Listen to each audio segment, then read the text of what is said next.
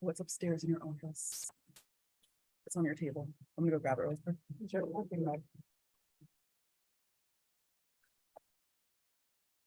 Want to go grab it? It's too late.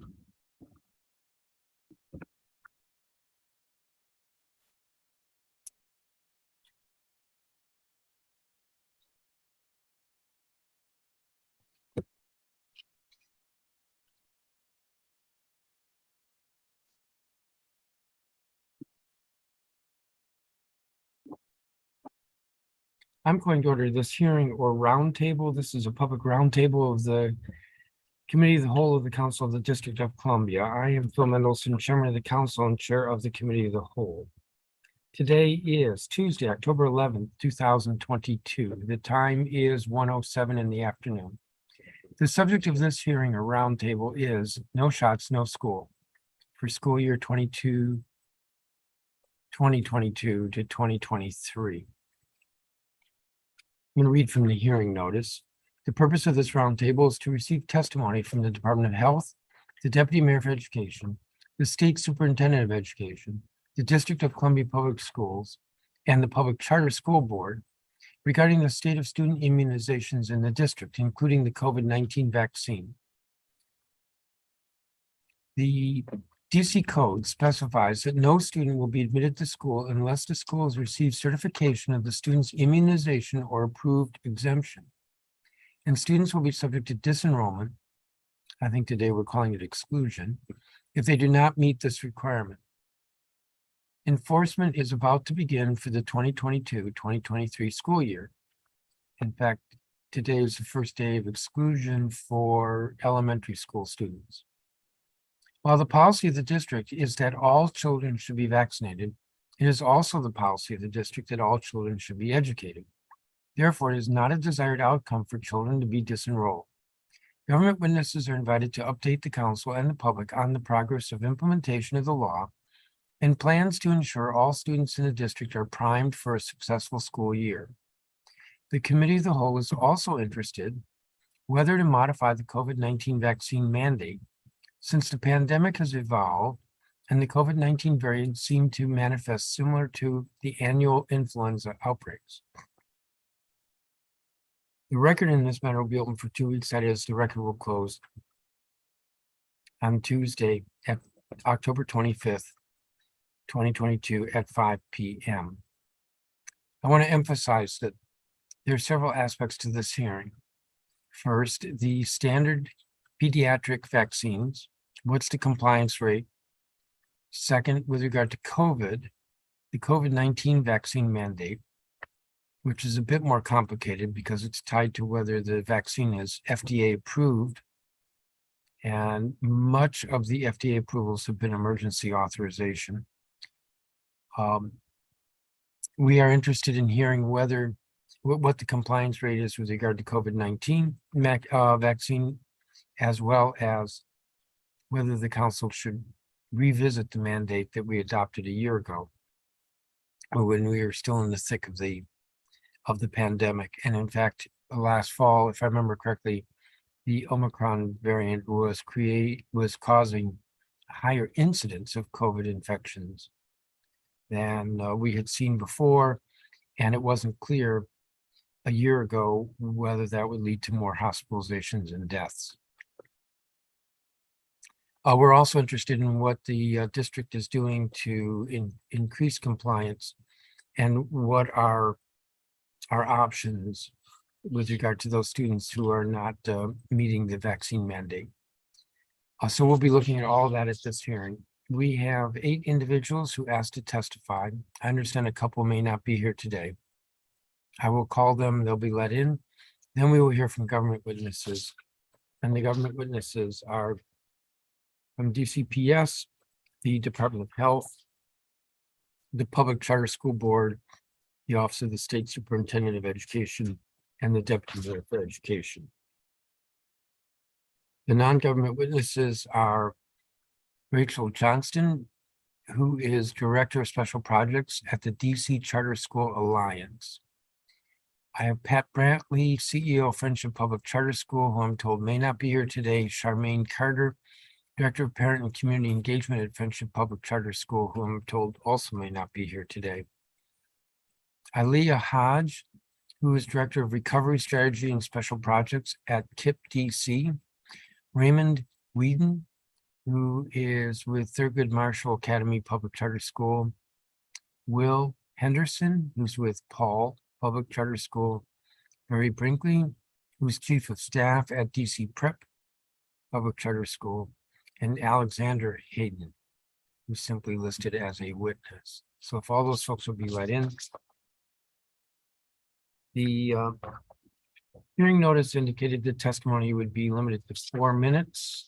If you're in gallery view, you will see the timer, and please be mindful of the time. Because we don't have a large number of witnesses, I'm not going to cut you off at exactly 4 minutes, but please do be mindful of the time. Miss Johnston, are you here? Yes, I'm here. Why don't you begin, and good afternoon. Good afternoon. Good afternoon, Chairman Mendelson and members of the committee. My name is Rachel Johnston, and I'm the Senior Director of Operations and School Support at the DC Charter School Alliance, the local nonprofit dedicated to ensuring all students in DC receive the great public education they deserve. DC charter schools are committed to providing safe and nurturing learning environments. Through consistent communication with our LEAs, I can confidently say they understand the importance of routine immunizations and have made an extraordinary effort to get students in compliance with No Shots, No School. This includes engaging families, hosting vaccine clinics, and deciphering less than perfect data. The reality is, though, enforcing No Shots, No School risks creating a huge educational equity issue. Charter schools are dedicating a lot of resources to academic recovery. Excluding thousands of students only undermines that work. I will outline 3 major concerns with the city's implementation of No Shots, No School and 3 recommended courses of action. Our first concern is with the unreliable systems and inaccurate data. Earlier this year, we testified about accuracy issues with DOSIS 2.0 reports. Unfortunately, those issues were not resolved, so DC Health created another system, the Salesforce Immunization Compliance Portal for LEAs to use. I want to thank Superintendent Grant and the OSSI staff who have supported LEAs in navigating these systems. Ultimately, though, the overwhelming burden of tracking compliance has fallen to our schools. Many charter LEAs are maintaining their own databases. In what may be an admission that DC Health's data is flawed, the city asks schools to report the number of students at risk of exclusion. The countless hours schools spend learning new systems and deciphering bad data takes away from what schools are designed to do, educate students. Our second concern is the lack of clear, consistent, centralized information. For example, the city told charter schools they could use the citywide October 11th exclusion date for pre-K through 5 students or choose their own date. Then a statement was made a few weeks later in another city-sponsored forum that the exclusion date for pre-K through 5 students was October 11th, period. The mixed messages are confusing, so to help our schools, we created a short but comprehensive resource tracking updates received through calls, newsletters, and emails. Our third and most important concern is the educational equity of enforcing No Shots, No School. Based on the city's estimates, there is a staggering number of non-compliant public school students, about 20,000. Moving forward with enforcement would exclude 1 in 5 students from valuable instruction time. A disproportionate number are from under-resourced communities. These students would face a setback academically and lose access to important wraparound services, including after-school programming, meals, and mental health support.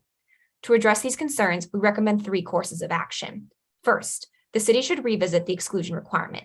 Because of the aforementioned data challenges, if schools are asked to move forward with exclusion, there will likely be some improperly excluded students, even if schools offer a grace period. Second, getting students in compliance should be a citywide responsibility so that schools can be schools. It's the public health system's job to make sure children receive routine vaccinations. This is more important now than ever, as schools invest deeply in academic recovery. Every hour spent deciphering bad data is an hour not spent on academics. Third, the city should revisit COVID-19 vaccine requirements. Undoubtedly, vaccinating every student for COVID-19 will help school communities and reduce the future burden of COVID-19 surges. But the compliance rate for students 12 and up is quite low, at about 45%. Poor public health messaging has led to low uptake. we encourage the city to rethink the vaccine requirements in light of this reality. To be clear, the health and safety of charter school students is a top priority. By revisiting the exclusion requirement, removing the burden of public health from schools, and rethinking COVID-19 vaccine requirements, we can begin to accomplish our shared goals of meeting students' health needs and their academic needs. Thank you for your time and attention to this matter, and I welcome your questions. Thank you, Ms. Johnston. I believe I'm corrected. Pat Brantley and Charmaine Carter are not here. Ilea Hodge, are you here? Yep, I'm here. Please proceed. Good afternoon, Chairman Mendelson and members of the council. My name is Ilea Hodge, and I am the Director of Recovery Strategy and Special Projects for KIPP DC. For nearly 2 years, my colleagues and we've been helping our over 7,000 students complete their mandatory vaccinations so they can attend school safely and be protected from illnesses and disease. We've hosted dozens of vaccination clinics, led mass communication efforts with our families, and we've also manually entered thousands of vaccination records, ran data reports to help us target outreach, and even spent our own funds to incentivize vaccination. And we strongly believe in the importance of mandatory vaccination for students attending schools, and we believe strongly that each of those students deserves an uninterrupted high-quality education. In a few weeks, schools across the district, as you all know, will be compelled to remove a large number of our students from their classrooms and deny them that education. And we are here asking the council and the administration to delay that enforcement. If the council and administration decides to begin enforcing no shots, no schools in the coming weeks, it'll exacerbate inequalities in students' access to education. Many of the students who remain unvaccinated and will be denied access to their classrooms are those who are most behind in their learning. These are also the students who need access to our meal programs, our mental health counseling, our after-school programs, and our other supports. So it goes to show even a week without school could have long-lasting effects and unforeseeable ramifications for these kids. Additionally, many of the students who remain unvaccinated and will be denied access to their classrooms may have been poorly served by institutions during the implementation of this law. We've dealt with, as Ms. Johnson said, data platform failures, miscommunication between pediatricians and the DOH over needed vaccinations, and extensive lag time in data entry. The council needs to be aware that some of the students who will be excluded were likely not given the information needed or the access to comply with this law in a timely manner. So as this council prepares for enforcement, we would like to suggest the following short and long-term improvements. First, move all no shots, no school support tracking and compliance efforts either to the DOH or to school staff differently. Schools are not currently equipped to be the primary vaccination support and enforcement institution. We do not have the staffing nor the expertise to manage the rollout of this new law. We're staffed and trained to educate our students, and coming out of this pandemic, we would really like to concentrate our efforts on that core responsibility. We do appreciate the new patient care technician positions that have been assigned to each of our schools, each of our campuses, and our PCTs have provided significant aid in monitoring vaccination compliance and communicating with families. However, these positions are funded only for this school year, and they still need a significant amount of LEA oversight. So it is our suggestion that the DOH be responsible for all vaccination issues, but if the burden is going to continue to fall on schools and LEAs, we will need additional personnel and we'll need them to be funded for more than a year. The next suggestion would be to change the enforcement date to January. Enforcing the law at the beginning of the school year creates unnecessary bureaucratic hurdles that come from tracking enrollment and vaccination compliance simultaneously. By moving the enforcement date to January, you will allow LEAs and schools to stabilize enrollment and provide families with enough time to get their kids vaccinated. Additionally, we need to work to ensure that all students have access to free vaccinations and universal health certificates and immunization records. If the council is requiring that all students be vaccinated as a precondition for school attendance, then all mandatory vaccinations should be completely free at all hospitals and clinics in the district. Further, legislation should be passed that prevents or limits healthcare providers in the district from charging for UHCs and immunization records. Access to financial resources should never be a precondition to mandated healthcare or schooling.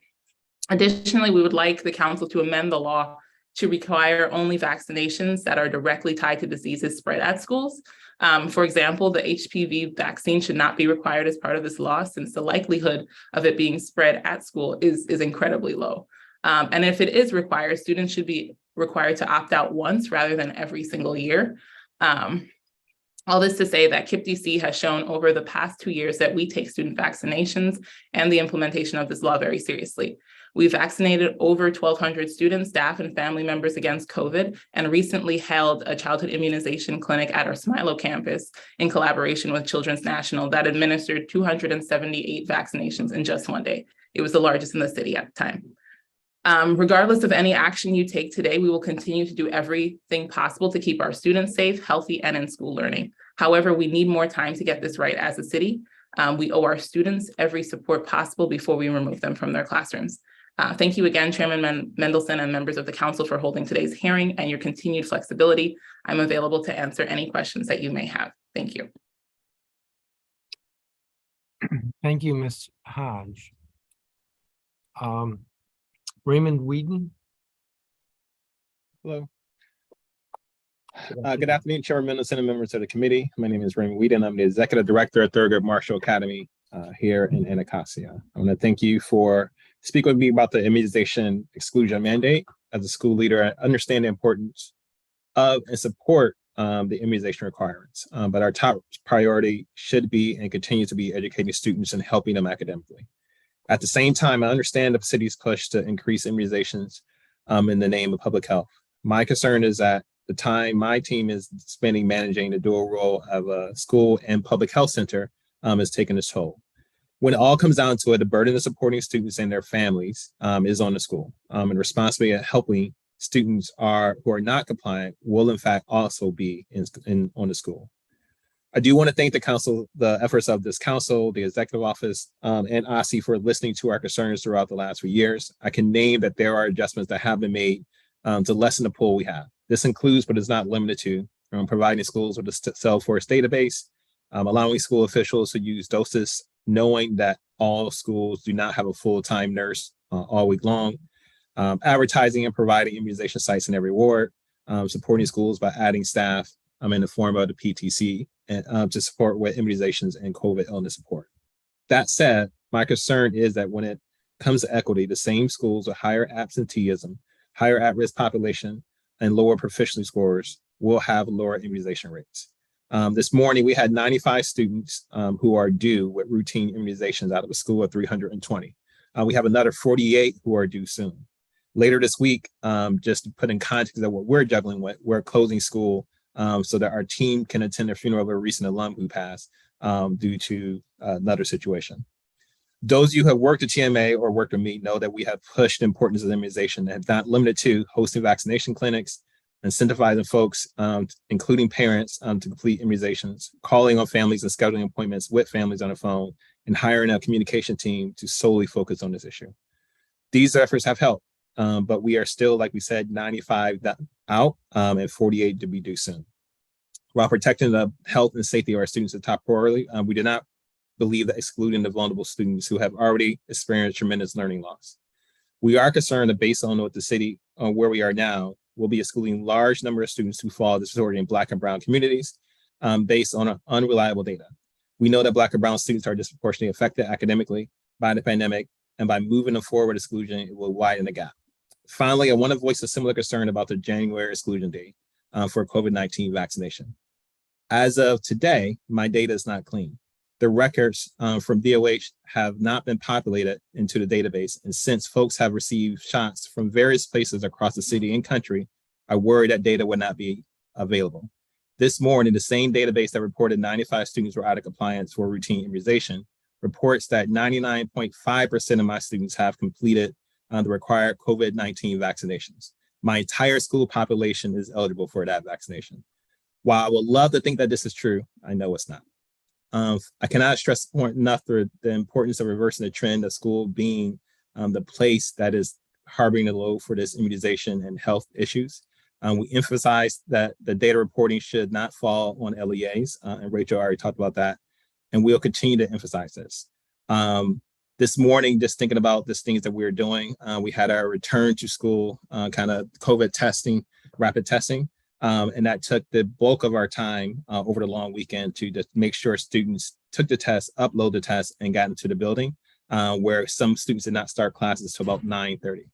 I wish the issue of school, I know the issues that my school is dealing with is not unique. It's clear that DC schools collectively have enough on their plate at the moment, and mandating this will enforce and require a takeaway from the school's capacity to solve current problems. Thank you for your time and attention. Thank you, Mr. Whedon. I don't have a copy of your statement. Would you please submit it? Yeah, we kind of got distracted with the funeral. Yeah, I'll do that. Okay, thank you. Will Henderson from Paul Public Charter School.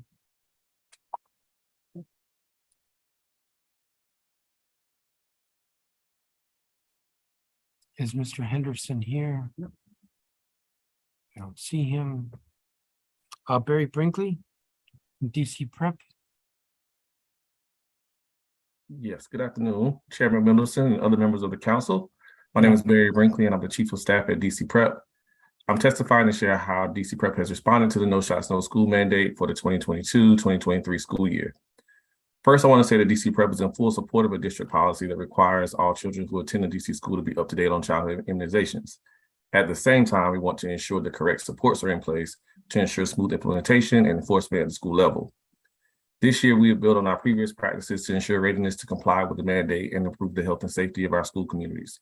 This includes strategic communication of families and immunization clinics at our neighborhood cluster campuses in Edgewood, Benning, and Anacostia.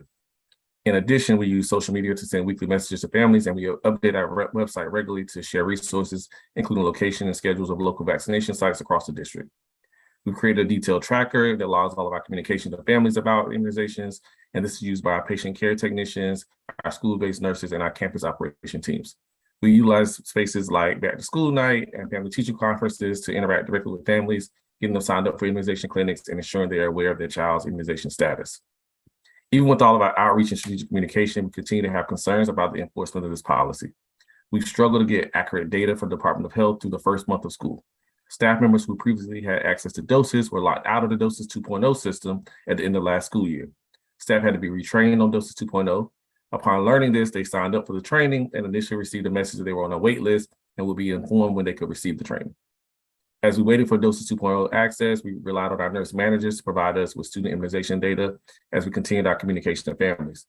Once we had access to the system ourselves, which did not happen until mid-September, after the initial September 7th notification date, we realized that our nurses were given inaccurate data. We learned that some data was from the previous school year, which meant that it included data for students who had graduated from our middle school and were no longer enrolled at DC Prep, and did not include our data for our newest pre-K3 students. We quickly had to readjust and do a deep data dive and analysis to ensure we had the most accurate and up-to-date information. This was a time-consuming process that has happened in the first few weeks of school, which we know is quite a busy time for schools. Given that we only had access to our school's immunization data for less than a month, we have made the decision to adjust our timeline for exclusion. Instead of rushing into an exclusion process, we're taking the time to closely monitor our data and continue to do daily checks to ensure we have the most accurate information possible. We're also working closely with our campus teams to ensure to use that data to streamline communication to families and log in all of our communication in our immunization trackers. We are proud of the work that we've done so far to ensure immunization compliance across all of our schools. Even still, we still have a lot of too many students who face exclusion at this time. Without accurate data from the district, it's been very difficult to be strategic in our communication to our families and hold them accountable. We want to ensure that we're operating in partnership with our families, and that means we need to provide them with the right information at the right amount of time to respond to their students' immunization needs. It is paramount that it is a fair and equitable process. Thank you for your time, and I'm available to stay for questions. Thank you, Mr. Brinkley. Alexander Hayden. Is Alexander Hayden here?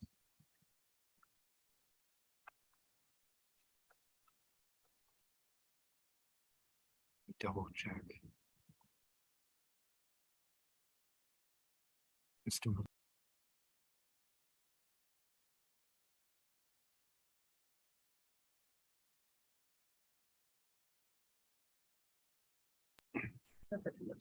I want to thank each of you for your testimony.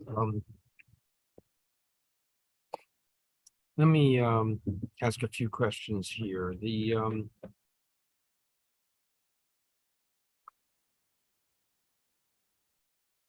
I'm struggling over a note I wrote here. I can't even read my own writing.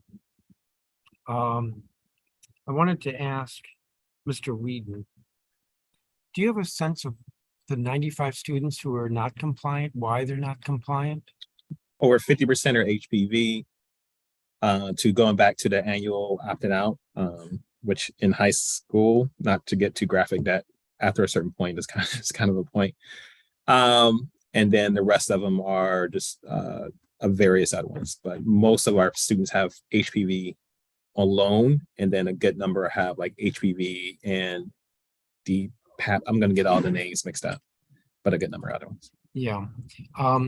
Well, the HPV has an opt out. So you could sit down with a student and say, hey, are you going to do this or do you want to opt out?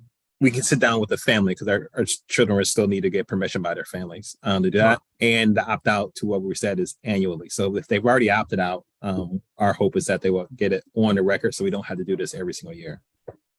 I understand. But that would, if that's what you, most of them are HPV, of course, you're high school, that would reduce significantly the. Oh, absolutely. And we have, again, we were close to 130 at one point. So we are getting a good number of families who are turning in that form, but we really do stress like the form has to be completed by the family and not trying to circumvent that and go directly to the student. I know that is a trend or a lean that the city has, but we actually end up hearing about it when students are signing forms on behalf of themselves at this point. Is there anyone here who thinks that we should keep the COVID mandate? I think my question would be, what are you hoping to solve with the COVID mandate? Well, we adopted it because we think that vaccinations are good. So that's what we're hoping to solve, but that wasn't my question. No, I know. I think that's why it's hard for me to answer it. Like I do believe that there's definitely science and everything that helps out in terms of students being able to do that. And by doing that, they have access to it and they're going to be not as burdened if they get COVID. Like I do believe that to be true. That said, like we don't have clean data right now. So when I was talking about my entire school population, right now it says we are at 100% compliant. Which if we are to abnormally in Ward 8, that'll be great. But I just don't believe that we're to abnormally in Ward 8. Anomaly, not. Yeah. Anybody else think we should keep the COVID mandate? I think from the DC Charter School Alliance, we're recommending to revisit the requirement, which will require a little bit more analysis on where the science is today, given that the mandate was put a year ago and there's a lot more data. We've had different surges, like there's a lot more science that we now have. So I think our suggestion is just to revisit where we are and determine if this is the best next step. We obviously know that getting kids vaccinated is good for the health and safety of schools. The educational equity issue, as you know, Raymond had mentioned, there's no way 99% of his students have the COVID vaccine right now. So a combination of the educational equity issue of excluding those students and the data issues that are out there, I think the entire mandate probably needs to be reevaluated. Ms. Johnston, while I have you, are there some charter schools that are doing better in terms of compliance than others? And when I say compliance, I mean, let's just say the average is around 25% not compliant. Are there some charter schools that are like 10% non-compliant? Yeah, I mean, we heard from one charter school the other day that had no students they were going to have to exclude, but I don't think that's necessarily the effort that one charter school put into this process that another school didn't. For example, I think there are some schools started with more students that were out of compliance because of the, communities that they come from. A lot of families during the pandemic didn't go get their routine vaccinations. And there's a lot more that goes into it than just, Raymond School probably put in a ton of effort. So did KIPP, so did DC Prep, and so did all the other schools. And I don't think one school's doing better with compliance than others necessarily means that they did a better job at tracking down students, if that makes sense. Well, I'm wondering if there's some schools, I mean, one of the values of the charter schools is that they're each free to pursue strategies they think will be most effective. So if there were some strategies that really worked well that other schools could learn from. Yeah, and we have put forth forums and resources and spaces for charter schools to share ideas on strategies that they think are working. And we've done that across the board, whether it's for no shots, no school, COVID, and other strategies as it relates to academic recovery, that charter schools can share strategies. So we at the Alliance do stand up those spaces. I'm just pausing to see if anybody else wants to jump in with some very effective strategies that everybody should be trying. I feel like I talk too much in these, but I have the time. So my children go to a school in Upper Northwest where they're starting out with 90% compliance. What those schools are doing are replicating the efforts that we do, because we actually are doing the best practices to get students vaccinated. Not only are we doing the best practices, we're probably doing practices that are above and beyond what we were being asked. If we were going to do a heat map, very similar to the grocery stores, very similar to absenteeism, very similar to insert whatever you want, dog parks, I don't care. It's going to be the same heat map in terms of where students who need to get vaccinated are really living. And so I know that was not your intent. And what it felt like was like, what are you doing? You just sit on your hands. I know that wasn't your intent. But like in the grand scheme of things, like it's not the same battle. Sure, no, that wasn't where I was going at all. It's just that, for instance, you may be the only school that's, I don't know, pursuing some particular strategy and finding it very successful. And that's what I'm trying to identify, is whether there's some really good strategies that other schools should be picking up. Let me move to one other question, and that is Doxus. So could each of you elaborate more here? This system, is Doxus the system that DC Health is using now, or did they abandon it? And when did the system change? Because I think you all testified that this has been problematic. Yeah, maybe I can start, and then our charter leaders here can chime in. So the DOSIS 2.0 is the new version of DOSIS, and that is actually still being used today. And it is the system of record that it stores the students' and children's vaccination information. However, the reports coming out of that system were not calculating compliance rates correctly. They were using the due date versus the overdue dates to calculate compliance. And this is what DC Health told us. And so therefore, they created a separate system, which is the Salesforce system over the summer. And that system is just for reporting purposes. So the data comes from DOSIS, feeds into Salesforce. It's supposed to be a nightly feed, my understanding. And then the schools are supposed to each have someone that gets access to that system where they can log in and pull the report for their students to determine the compliance rates. This sounds a little complicated, but I think your testimony and the others was that regardless, it's inaccurate. Yeah, Ms. Hodge, did you wanted to chime in there? But yes, Chairman, it is complicated. Schools ultimately need access to multiple systems to do this process. And the data, what we've heard is that the data feeds that are coming from DOSIS to Salesforce are not always happening. So the reports coming out of that system aren't always accurate either. Yeah, I would definitely echo that. We had a couple of weeks ago, it was showing that, like to your point, Mr. Whedon, all of our kids were compliant with COVID vaccinations, and we knew that wasn't the case because we've also been collecting our COVID cards. And it also was a little tricky, as I kind of alluded to in the beginning of my testimony. When we were in the enrollment period, we had our rosters didn't match what DOSIS had in their rosters at all. And so like we would have to exit kids and say, oh, this kid is actually going to Eastern rather than, KIP or KCP or something. And so it was hard to follow up with families when there were so many moving parts, when we didn't have accurate rosters, and then not all of the reporting was accurate either. What I don't understand is why can't a school keep track of its own students rather than relying on the Department of Health? So what am I trying to say here? I mean, schools do ask their students for documentation that they've been vaccinated. The student can do it through Department of Health, or they could do it through the school.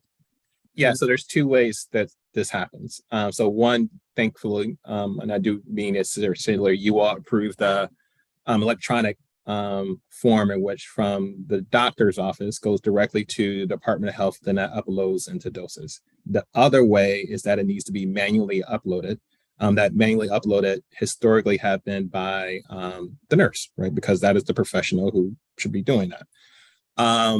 The nurse, if a school has a nurse 5 days a week, which not all schools do, including my own, uploads them on their own time or when they can or whatever it is, if the nurse knows how to do that, because they move from doses 1 to doses 2, that is a different type of training in order to do that. And so, yes, we collect the forms, but the forms are supposed to be managed because it's medical information by medical professionals who are doing that. We have circumvented that system.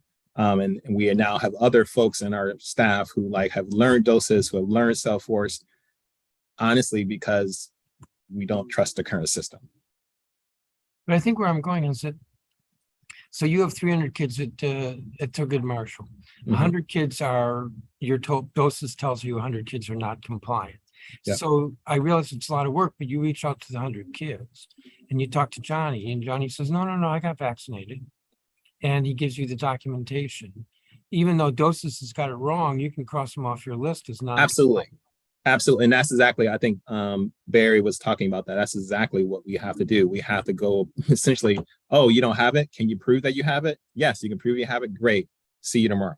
That is already the plan in order to do that. But that plan still means that that 5, 10, 15, 20-minute conversation, there isn't a health department here, it's me. And so while it should be running the school operations, I literally, the PTC just called me about another situation that we're trying to manage through. We've been joined by Councilmember Christina Henderson. Councilmember Henderson, do you have any questions? I do. And I didn't hear your testimony, so I'm just going to go. And apologies for running late. I had a previously scheduled meeting. Good afternoon to all of you. So I wanted to ask, for those of you who have high school grades, and I think that would only be Ms. Hodge and Mr. Whedon, because I don't see Pat Brantley on here. Right? DC Prep, y'all don't have high school kids. No, okay, cool. So when we look at the data of where everyone is, and I heard the conversation that you were having with the chairman around, some of the data is off. Or what's showing in the DC health system isn't necessarily what the kids are telling you and showing you in terms of documentation. But overall, though, numbers wise, I would think everyone can agree, we're doing better in the K-5 space, pre-K-5 space than we are doing with high school students. And so I'm trying to understand, and I'm talking routine. I'm not talking COVID. Let's put COVID to the side. We're talking about routine vaccinations here. Have you all had any conversations to try to get at, is it you're just missing the meningitis shot and you didn't know that you needed to get that shot? Or are you behind on the shots that you were supposed to have gotten in middle school, and so it's taking more? I'm just trying to understand the high school numbers, especially since the requirements for high school are far less than pre-K through 5. I think what we saw during the pandemic is that there were a number of students who didn't get shots over the pandemic. So we do have some high school students who were missing shots years prior. We do have that a group of children in that boat.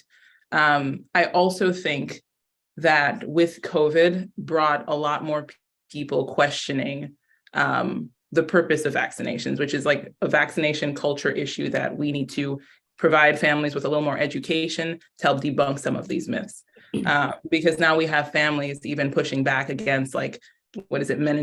I can't even say it, meningitis or whatever. Right. So I'm hey, should we even have this? What is this? What is actually in these vaccinations? And so I think I think we have some kids who we're behind. And I also think that the culture around vaccinations due to COVID has completely changed. I don't know, Mr. Whedon, if you have anything else to add. No, I mean, I agree. I think so. Out of the 95 students, Councilman, I just added, Chairman has added real quickly. Only 20 of those students do not have HPV as one of the things that he need to get. So we're talking about 75 students who at least need to get the HPV. And then to your question, Councilmember Henderson, is HPV plus then for another, looks like 40 of them. So as someone on here has the polio shot they need to get. I didn't even know that was possible in high school. And then How you get out of elementary school without it? But you know, right. we haven't been enforcing for a minute. Right. So Okay. we haven't been enforcing. So at this point, I don't know if it makes a difference what grade level. I think the urgency does have to do it. I think there is a stick in this, and the stick is that like parents knew, and we also knew that like we needed to get like all these things done as quickly as possible, because our original understanding is that the exclusion date was within the first couple of weeks of the school year for everybody. Right. So when I go back to the efforts in which we did, in which we hired people to call everyone on our roster starting in spring to do the routine immunization. We did the exact same thing in the summer twice. And then that is what the nurse and the PTC plus our team is doing. Like the conversations are happening and the parents are like, oh, sure, I'll get it done.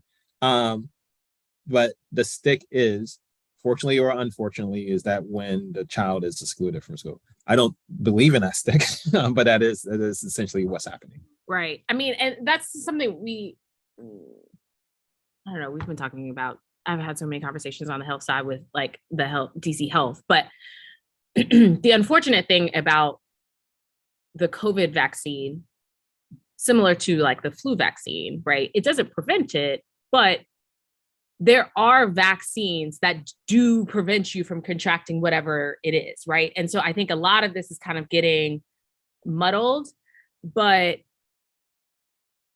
you know, there's polio in the water in New York City. And I want families to understand that when we're talking about the consequences of polio, right? It's not it's literally like it could paralyze you. And in terms of meningitis, we're asking you to get it in high school, but guess what? If you want to go to college, they require it there too. So like,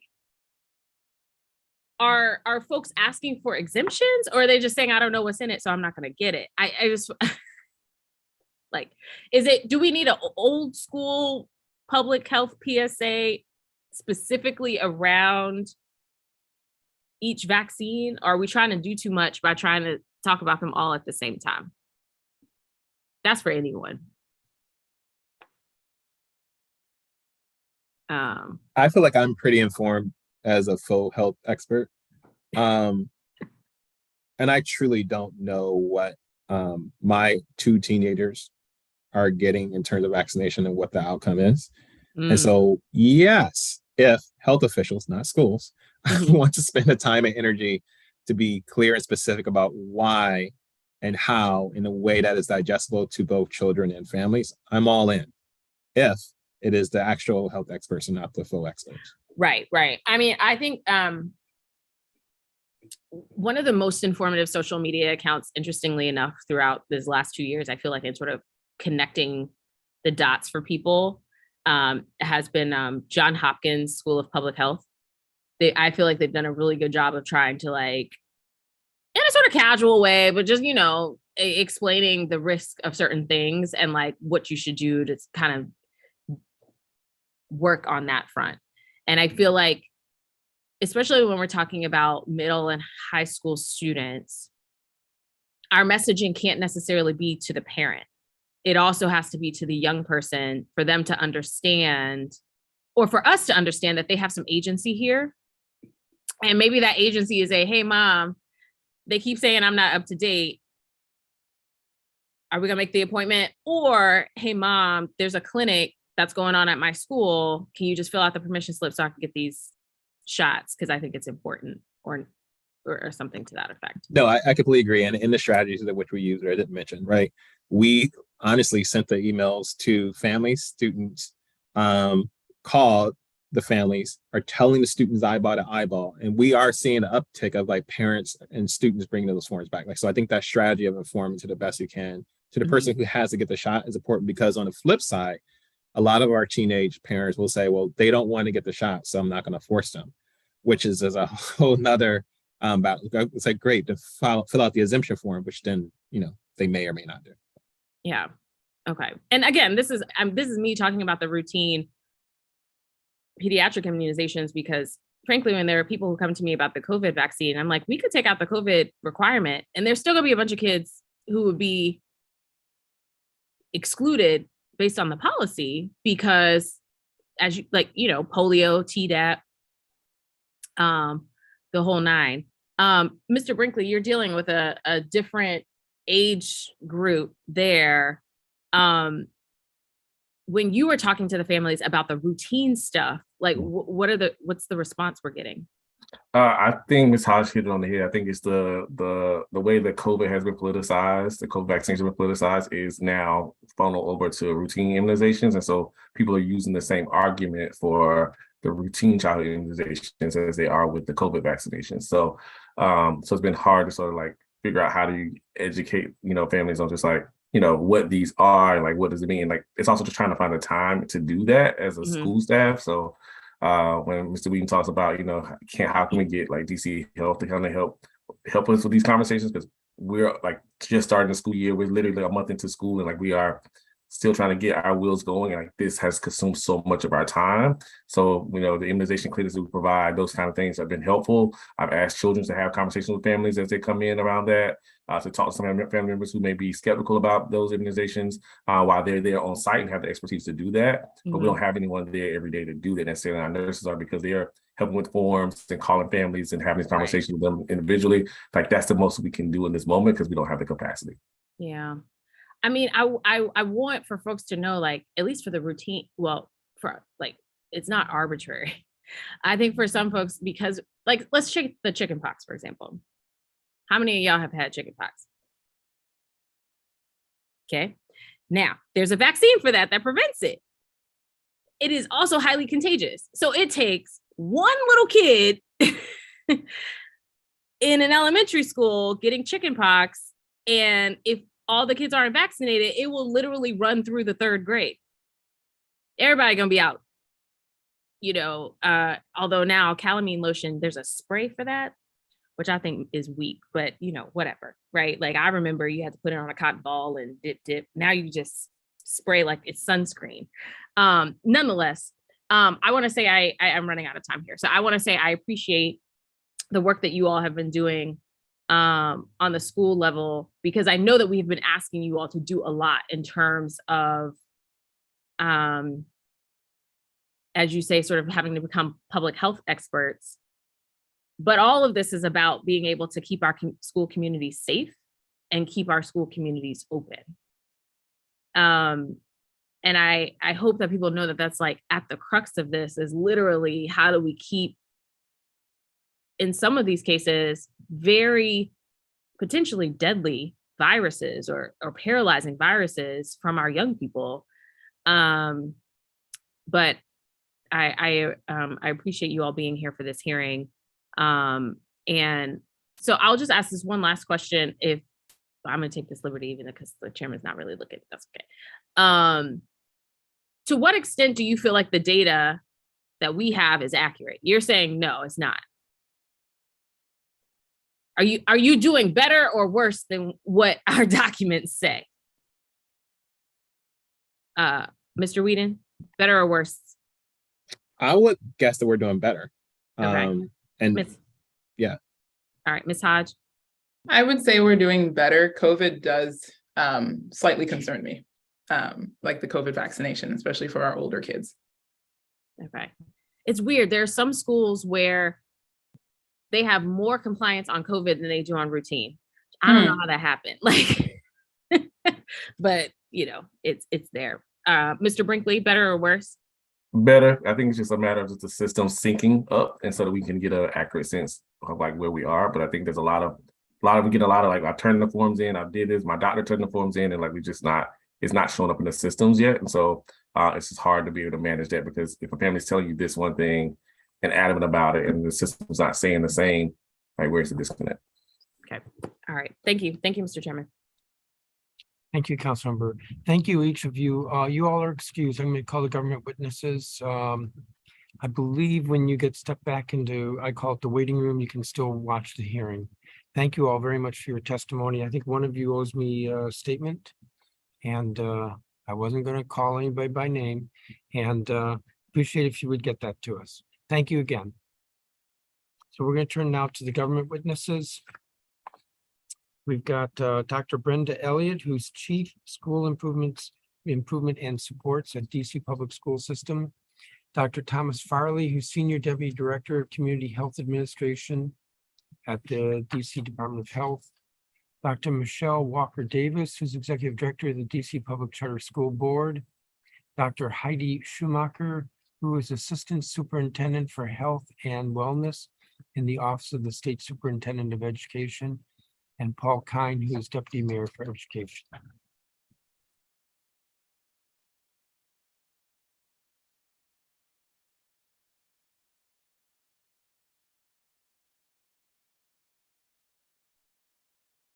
Why don't we begin with Brenda Elliott, and good afternoon.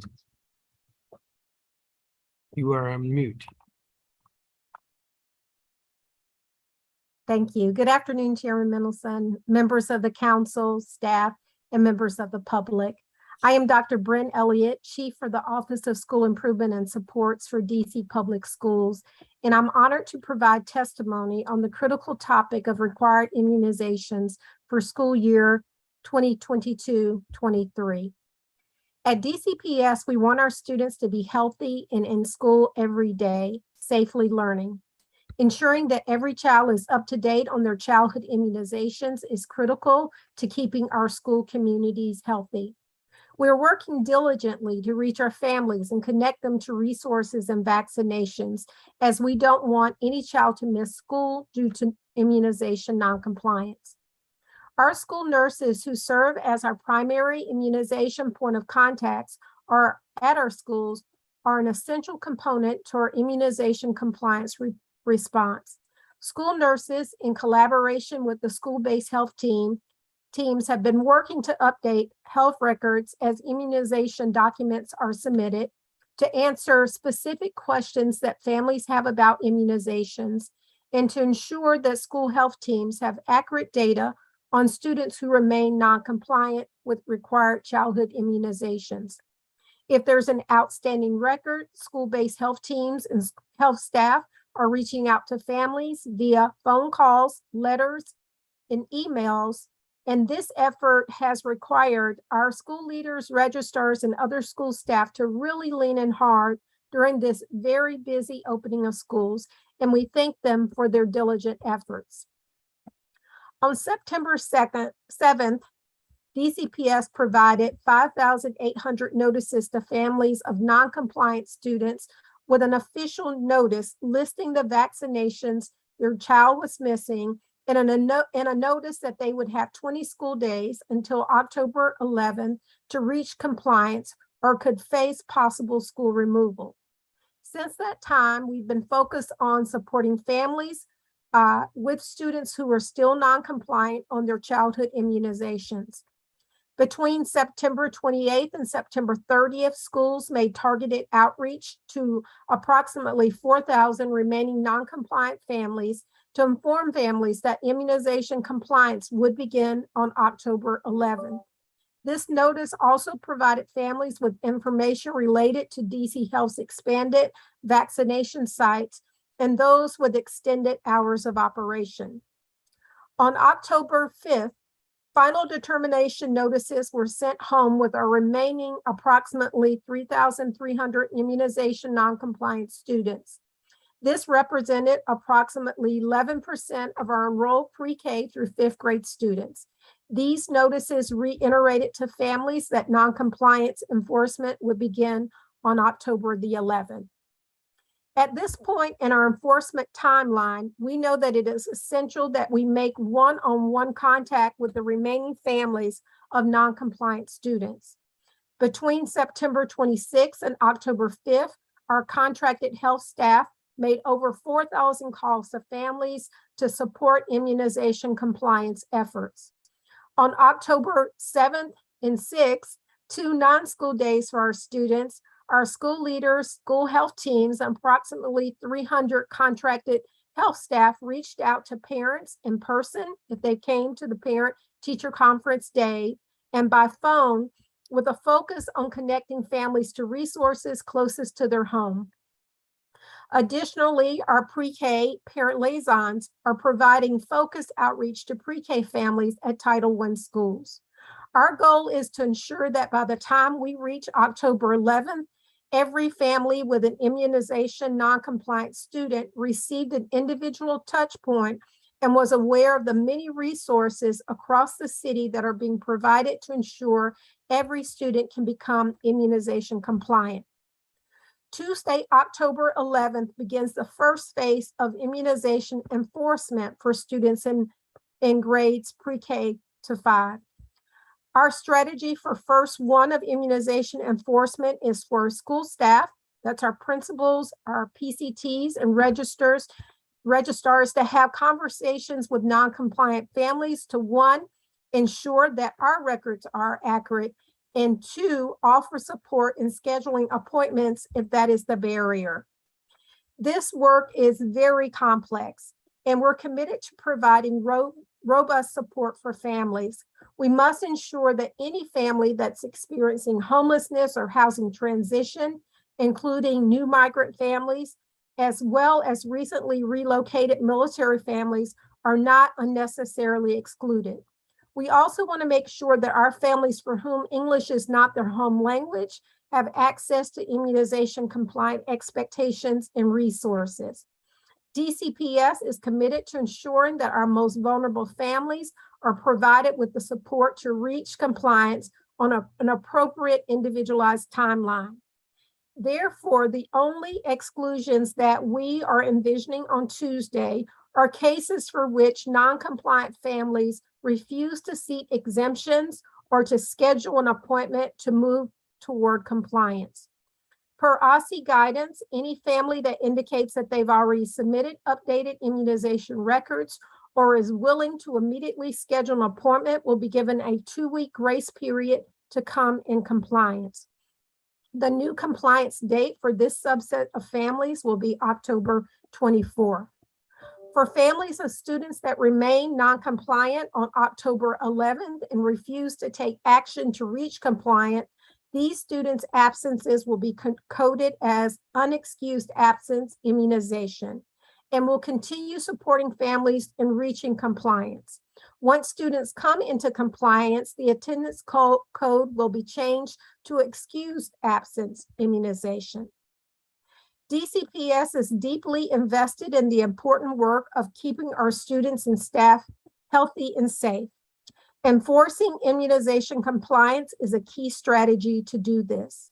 We are so thankful for our families that have already taken the proactive steps to ensure that their children are in compliance with the required childhood immunizations. The incredible work that our school leaders and school staff are doing to help us reach 100% compliance in our partnerships with our sister agencies, OSCE and DC Health. This is the first time that the District of Columbia has enforced childhood immunization. And we know that anytime we try something this big for the first time, we will have some bumps in the road.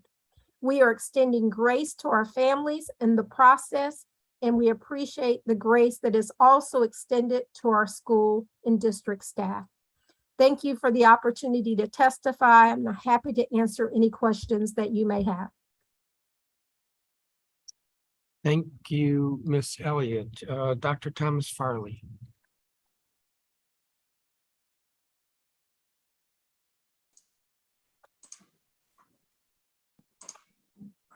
Good afternoon, Chairman Mendelson, council members, and staff of the Committee of the Whole. My name is Thomas Farley, and I'm a pediatrician and the Senior Deputy Director for the District of Columbia Department of Health's Community Health Administration, or CHOP. On behalf of Dr. Sharon Lewis, Interim Director for DC Health, I'm pleased to offer testimony on DC Health's efforts to expand access to routine pediatric and COVID-19 immunizations for our school children for school year 2022-2023. Since DC Health was last before the Committee of the Whole to discuss pediatric immunizations in June, DC Health and its partners provided additional access points to students and their families. We've also applied a wide range of strategies to ensure that families were aware of and could attend vaccination appointments for their children while doing our best to accommodate various family schedules and needs. The first strategy was to ensure immunization access to all families across the district. There are now more than 50 standing clinic locations across the District of Columbia where families can access routine pediatric immunizations for their children. We worked with our partners to hold 37 mobile clinics, mostly at schools, and 25 vaccine exchange clinics. We also opened the doors of 7 school-based health centers to all children through September. And starting in August, DC Health worked with Children's National Unity and Mary Center to begin holding weekly special vaccination-only clinics for families that were unable to schedule routine well child exams in time for the start of the school year. Beginning last week, Children's National opened high-volume vaccination opportunities at 5 clinics across the district. These clinics are open from Monday through Friday, as well as weekend and evening hours to accommodate families who may not be free during traditional work hours. Finally, this week, we announced an additional partnership with Safeway to offer high-volume vaccination-only clinics during the week that the pre-K through grade 5 students are scheduled to be excluded from school due to noncompliance with immunization requirements. Our second strategy was to educate families about the need for vaccinations. Through social media, advertising in public areas and bus stops, and flyers and other materials shared with schools, the Departments of Public Parks and Recreation, and DC Public Library, families traveling around the district were steadily reminded of the importance of vaccinations. Additionally, our partner, the Black Coalition Against COVID, did significant media outreach in the press to reach Black residents, including publishing letters in newspapers over the summer to encourage children to be vaccinated for both routine pediatric immunizations and COVID-19. The strategy continued through the distribution of 40,000 well child backpack brochures. DC Health also reached out directly to families over the summer by sending 24,000 personalized letters and making 29,000 robocalls to these families and children who were identified as being not up to date. We also sent immunization postcards to 13,000 families with children behind the vaccines. We supplemented that by live calling more than 8,000 families with children who were non-compliant.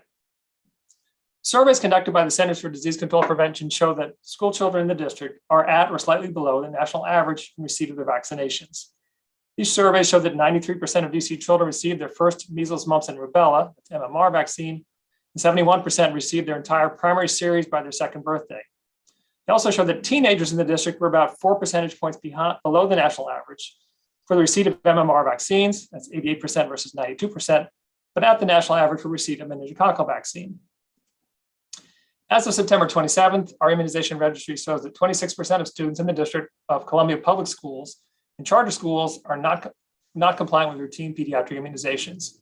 While that number may seem high, we believe it is in fact lower as we experience an undercount in our immunization registry. Not all medical providers in the district report data to the immunization registry, and we do not receive data at most vaccines administered in other states. Immunization is a vital part of DC Health's ongoing strategy for promoting evidence-based public health policy. And the emergence of COVID-19 has highlighted the importance further. Sadly, it has also exposed new and emerging strains of vaccine hesitancy. Misinformation has caused well-meaning individuals, including some of our students' families, to distrust the vaccine or believe the virus to be trivial. Nothing can be further than the truth. While most children who get COVID-19 have mild symptoms, a small percentage get seriously ill, are hospitalized, or even die from the infection. The CDC reports as of September 24th, more than 120,000 hospitalizations of children under the age of 18, of which 45% had no underlying medical conditions for treatment of COVID-19. Additionally, 1,484 children in the US have died from COVID-19. For comparison, an estimated average of 381 children have died annually from influenza between 2015 and 2020. Thankfully, evidence currently shows that COVID-19 vaccines are effective and safe for our children. CDC data shows the original Pfizer vaccine primary series currently has a 59% effectiveness against illness caused by the Omicron variant in children aged 12 to 17. That initial series, combined with the new bivalent booster, is likely to be even more effective. Unlike the original vaccine, the bivalent booster is perfectly matched to the variants circulating today. DC Health feels strongly that everyone, children and adults, should receive COVID-19 vaccine and booster. Our immunization registry shows that 54% of school children over the age of 12 in the district have received their primary series of COVID-19 vaccination. We believe, however, that the true number who have been vaccinated is higher because some children were vaccinated in other states. A telephone survey done by the US Census Bureau this spring showed that 82% of parents of children aged 12 to 17 said that their child had already been vaccinated against COVID-19. However, the council should be aware that this new landscape has increased the number of vaccine hesitant parents.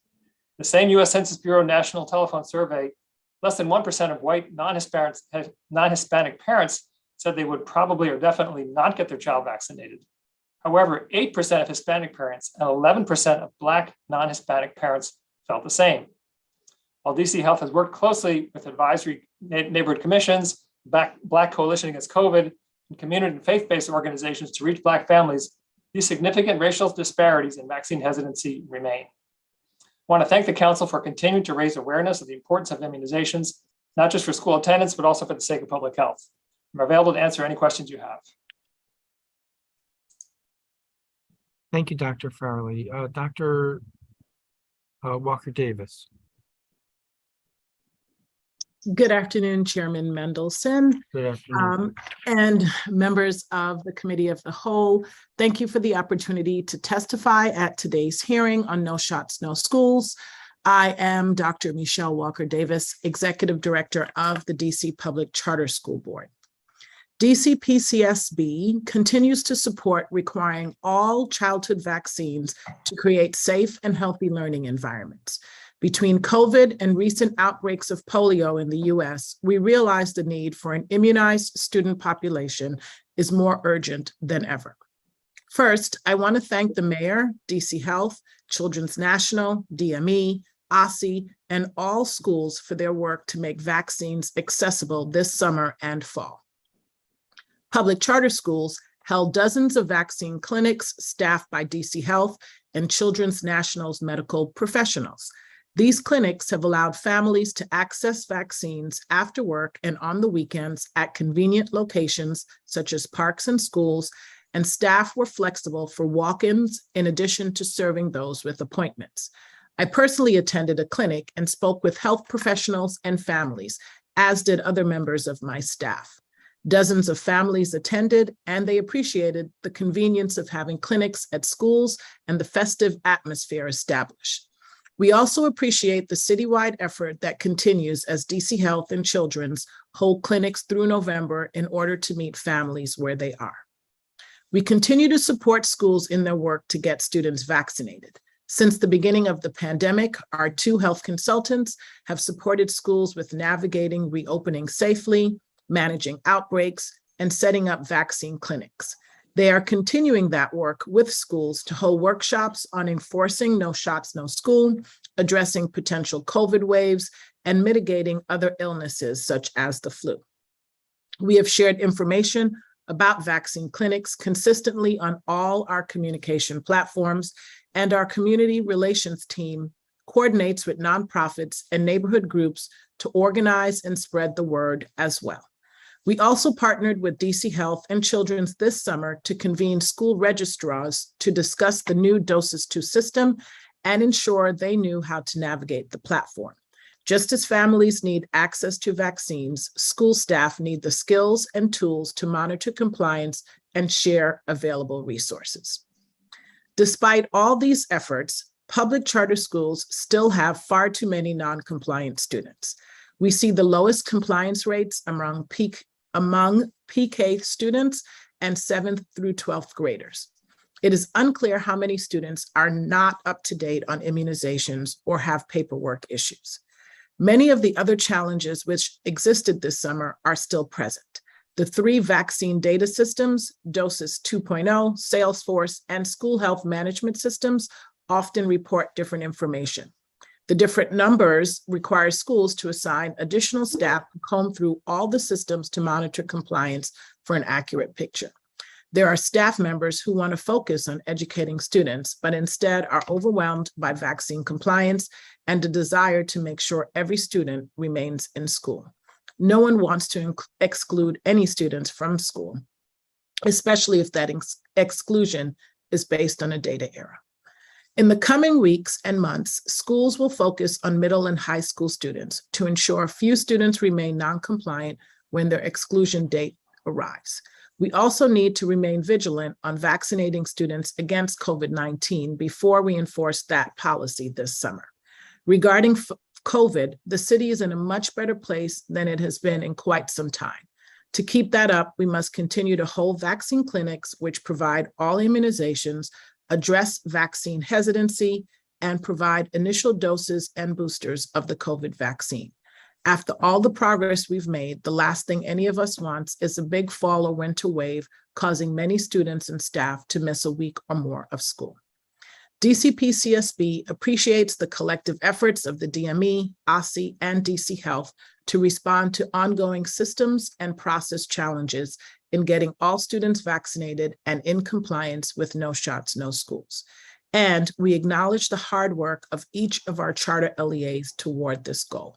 We look forward to collaborating on long-term solutions that prioritize the health and safety of all of our students while reducing burdens on school administrators and minimizing student exclusions. Thank you for the opportunity to speak, and I'm happy to answer any questions. Thank you, Dr. Walker Davis. Heidi Schumacher.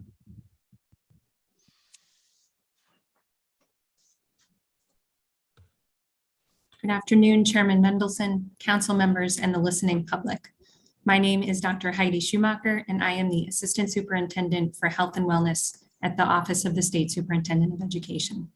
I'm also a practicing pediatrician, and I have personally provided immunizations to students at clinics across the city. So I am especially pleased to appear before you today at this roundtable discussion on routine pediatric immunizations, the COVID-19 vaccine, and the state of student compliance for school year 2022-23. The Office of the State Superintendent of Education recognizes that healthy bodies and minds are the foundation of academic success, and that schools play a vital role in keeping our students safe, healthy, and ready to learn. Immunizations are the best defense against some of the most common and sometimes deadly infectious diseases.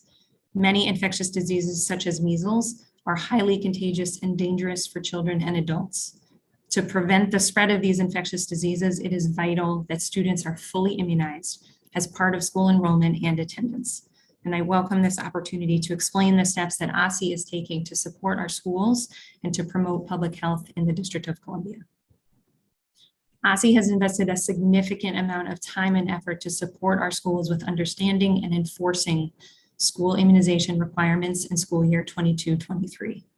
Most notably, OSSI has released a comprehensive immunization attendance policy with 6 primary steps for enforcement and has developed a continuum of supports to help schools understand and implement this policy, including developing pre-recorded trainings, flowcharts, decision trees, best practices, and answers to frequently asked questions for schools. We have also hosted bi-weekly community of practice sessions with schools across the district and offered one-on-one consultations and technical assistance for schools grappling with challenging questions. In addition, OSSI released family-facing materials and templated letters that have been translated into the 7 primary languages spoken by families in the district for schools to use when communicating with parents and guardians about the immunization attendance policy. These materials, among other things, provided details on temporary mass vaccination opportunities, COVID centers, mobile clinics, weekend vaccination block parties, and clinics offering vaccine-only appointments. OSSI also placed patient care technicians, or PCTs, at schools across the city to support compliance with school immunization requirements, among other responsibilities in their respective schools. There are currently 96 patient care technicians placed in 96 schools across 53 public charter LEAs, plus an additional 16 floating patient care technicians to provide backup support and 18 registered nurse supervisors to support this effort. Separately, DCPS has also placed patient care technicians in their schools. Patient care technicians support school personnel and nurses by collecting immunization documents, running compliance reports, placing phone calls, sending letters, and connecting families to the district's vaccination opportunities. Patient care technicians placed nearly 4,000 phone calls to families before the start of school to inform them about school and community-based vaccination opportunities. OSSI is grateful for the collaborative working relationships we've had with community partners, district schools, childcare providers, and school nurses.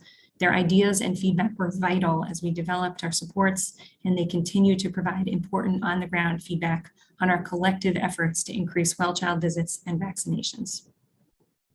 For school year 22-23, the district established a tiered timeline for enforcement to reduce the number of students who may be excluded from school at any one time, to align expectations across LEAs, and to provide adequate time for families who fell behind on their immunizations to come into compliance.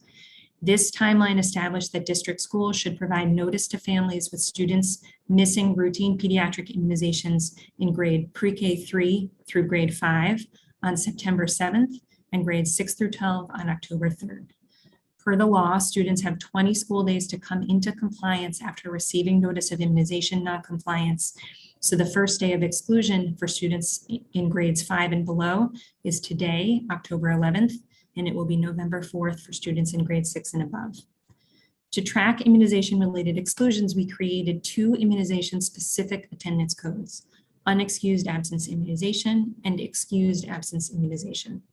If a student is held out of school for being out of compliance with the district's immunization laws, then the school uses the code unexcused absence immunization to report the absence to OSSI. Once the student comes into compliance and returns to school, the school goes back and switches the prior entered code to excused absence immunization, just as they do when a student brings a doctor's note for being sick. Daily attendance codes are entered throughout the day and updated in our data system by the following morning.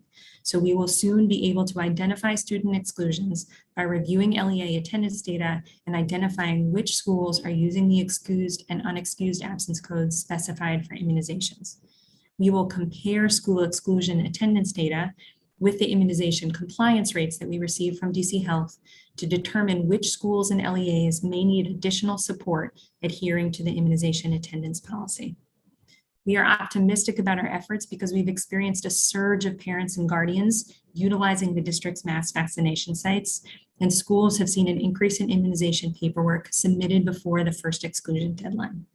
We know that many schools had additional touch points with families following the initial notification, including sending reminder letters, placing phone calls, and directing families to the district's mass vaccination sites.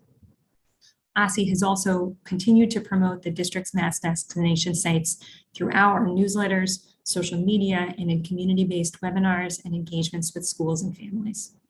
As we have previously stated, our aim is to have all students up to date on their immunizations and present in school. At the same time, we know that some families are experiencing challenges in meeting compliance deadlines. Some families have reported submitting their paperwork only to be told that their children are out of compliance. We've also heard that as families across the city seek to bring their children into compliance, many have struggled to make appointments with their pediatricians before the deadline. Therefore, at the beginning of October, OSSI released guidance for LEA leaders that provides a 2-week grace period to accommodate these 2 narrow circumstances.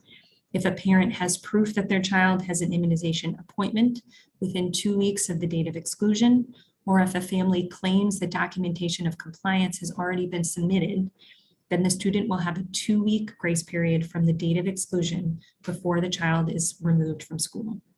If the student's paperwork is not found or submitted within this period, then the student will not be allowed to attend until the school receives this information.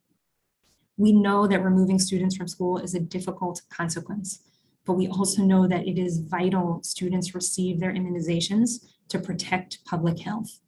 We believe these 2 accommodations strike the appropriate balance between getting students up to date on their immunizations while also offering flexibility to families and schools in meeting the current administrative and scheduling demand and avoiding unnecessary exclusions.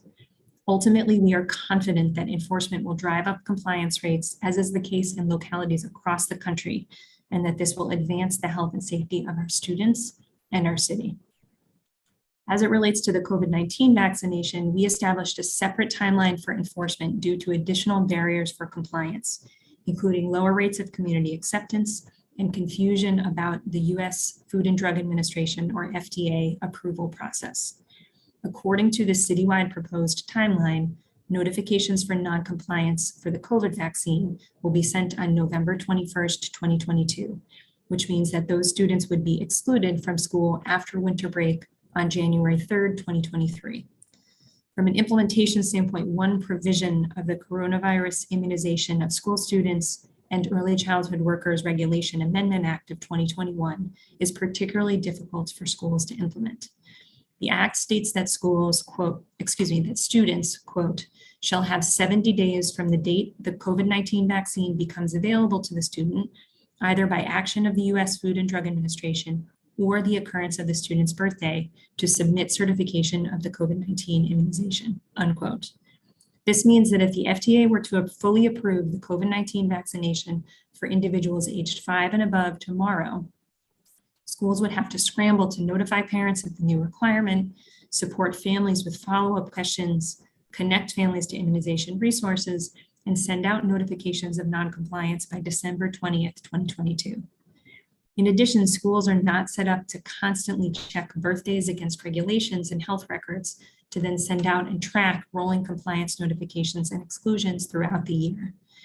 It would be easier, more efficient, and likely more effective to have a single cutoff for all students and all immunizations at the start of the school year, after schools certify their student enrollment and rosters settle for the year, similar to how many other states and jurisdictions approach school immunization requirements. As Council considers whether to modify the COVID-19 vaccine mandate, I would encourage you to keep this in mind.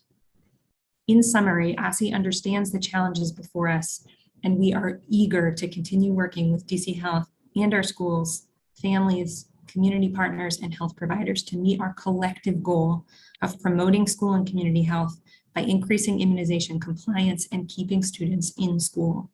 I believe that the efforts that we have taken are truly helping our city stay healthy and safe from potentially lethal pediatric diseases. We cannot allow these diseases to make a comeback as we have worked too hard to contain them. I appreciate this opportunity to share the many ways OSSI is tackling this work for the 2022-23 school year. I thank you, and I look forward to answering your questions. Thank you, Dr. Schumacher. Paul Kine. Good afternoon, Chairman Mendelson, members of the Committee of the Whole, staff, and members of the public. My name is Paul Kine, and I am honored to serve as the Deputy Mayor for Education for the District of Columbia. Thank you very much for the opportunity to testify at today's public roundtable on No Shots, No School for school year 22-23. Since the last hearing on this topic in June, the district's education and health agencies and our schools have been working tirelessly to increase compliance rates and get students vaccinated. This has included a coordinated effort to establish mobile health clinics at schools in every ward, partnerships with community-based health organizations like Children's National, vaccination events at schools and community centers, targeted outreach from schools and directly from DC Health to all families who are out of compliance, updated guidance from the Office of the State Superintendent of Education, data system upgrades, regular calls and technical support for local education agencies and schools, and additional resources in schools, including patient care technicians in every public school to support the immunization enforcement effort. We are doing this work because we know that enforcing the law and requiring routine pediatric immunizations for school attendance is critical for preventing the spread of infectious diseases such as measles and mumps, and keeping our students in schools safe and healthy. The COVID-19 pandemic has demonstrated the devastating effects of public health outbreaks on children's education, health, and mental health, and the importance of vaccinations in protecting people. Monkeypox offers another example. Enforcing no shots, no school is the right public health decision, and we are committed to it. We've always known the first year of enforcement would be challenging. While we have doubled down on access and outreach leading up to this moment, ultimately, enforcing no shots, no school in keeping with the law is a critical lever for bringing students into compliance. This has been the case for school districts around the country. Once enforcement kicks in, families come into compliance. As we work to get all students into compliance, our goal remains minimizing the number of days any student has to miss school. As a result, in August, we adopted a staggered approach to enforcement of routine pediatric immunizations, starting with elementary schools today, October 11th, followed by middle and high schools on November 4th. This approach has allowed staff to focus their efforts, starting with younger students and their families. In addition, we are allowing a 2-week grace period for students who have a vaccine appointment scheduled or who say they have already been vaccinated in order to limit any unnecessary exclusions. Moreover, we delayed the enforcement of the COVID-19 vaccination mandate required by the Coronavirus Immunization of School Students and Early Childhood Workers Regulation Amendment Act of 2021. We did this to allow agencies and schools to refocus on routine pediatric immunizations and minimize confusion for families as a result of the rolling US Food and Drug Administration approvals and subsequent updated COVID-19 compliance requirements. We also know there is more hesitancy and misinformation around the COVID-19 vaccine. We continue our commitment to putting the full weight of the district's resources toward ensuring that our youth are immunized against preventable infectious diseases and to using enforcement as an important tool in achieving that goal. This requires our collective efforts, and we appreciate your partnership throughout this period. Thank you for your engagement on this issue, and I look forward to taking your questions.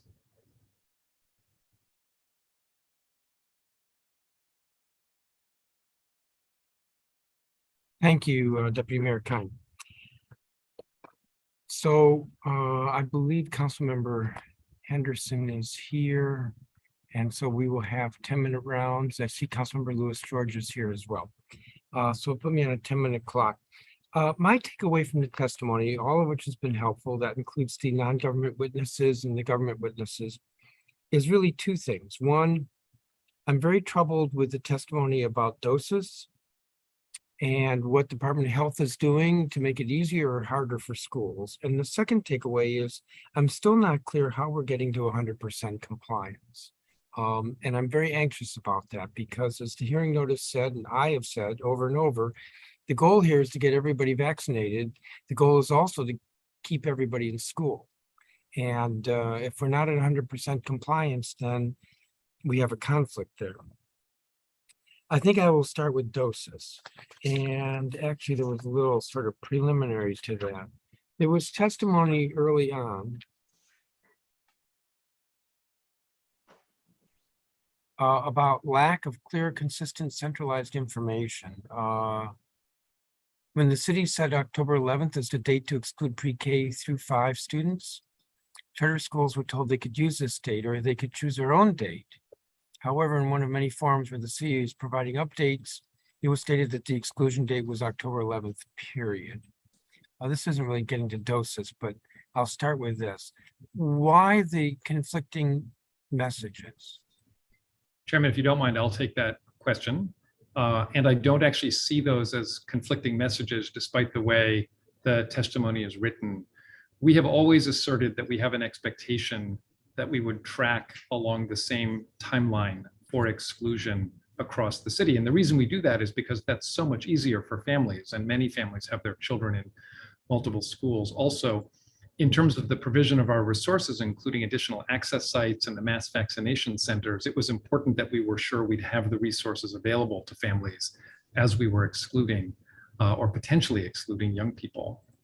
At the same time, sorry, Chairman, I'll just say very briefly, if I may, that at the same time, we fully understood that there are charter LEAs that for their own reasons were on a slightly different timetable because either they started the school year earlier or they actually sent out their letters a little bit later because they had a particular issue that we learned about. And so it was clear that not every single school, not 100% of schools would be following the exact same timetable. It's not that we relaxed the expectation, it was that we acknowledged the reality that charter LEAs operate on a different calendar in some cases, and also that some had to do something they felt a little bit different. We still fully expect they will all be engaging in this process. So is it a variable date or October 11th period? What I'm expressing, Chairman, is that we established October 11th as our expected date, but we understood that there would be some variation from that based on individual charter LEA circumstance, including different start dates to their school years. I'll move on. Doses. So this is, I think, for Dr. Farley, and I might spend some time with this. I'm very troubled with the testimony that schools are struggling apparently they were locked out of these Department of Health came up with a new variation, doses 2.0. Schools were locked out of it, then they needed training. Even with the training, they're struggling, there are conflicts, not all the information is entered, some of the information is inaccurate. We had 2 schools testify that 100% of their kids are compliant when they knew that's not true. Dr. Farley? Yeah, if I could take that, it's a lot of different claims made. First, let's acknowledge that there are limits to doses 2.0. But let me explain a little bit about what the limits are and what we've tried to do. So doses 2.0 was a new immunization registry that we implemented last spring. And it, as a new tool, required training. And so there was certainly a fair amount of confusion from people and difficulty using it when it started this fall. As far as the accuracy of the data, what we've acknowledged from the beginning is the immunization registry is incomplete. We don't get vaccines for children that are vaccinated outside of the district. Not all the providers in the district do report to the registry. Now, immunization registries are across the nation are incomplete. If a record's in there, you can pretty much believe it, but if it's not in there, you don't know for sure that a child might not have been vaccinated elsewhere.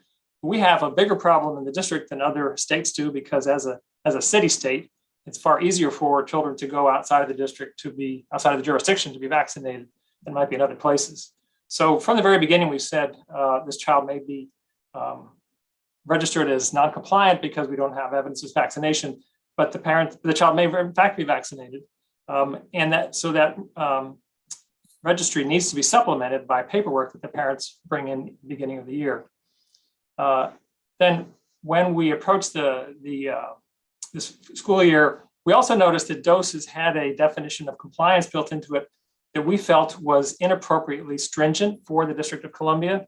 To get technical about this, vaccines are due at an interval, like certain vaccines may be due between ages 11 to 13.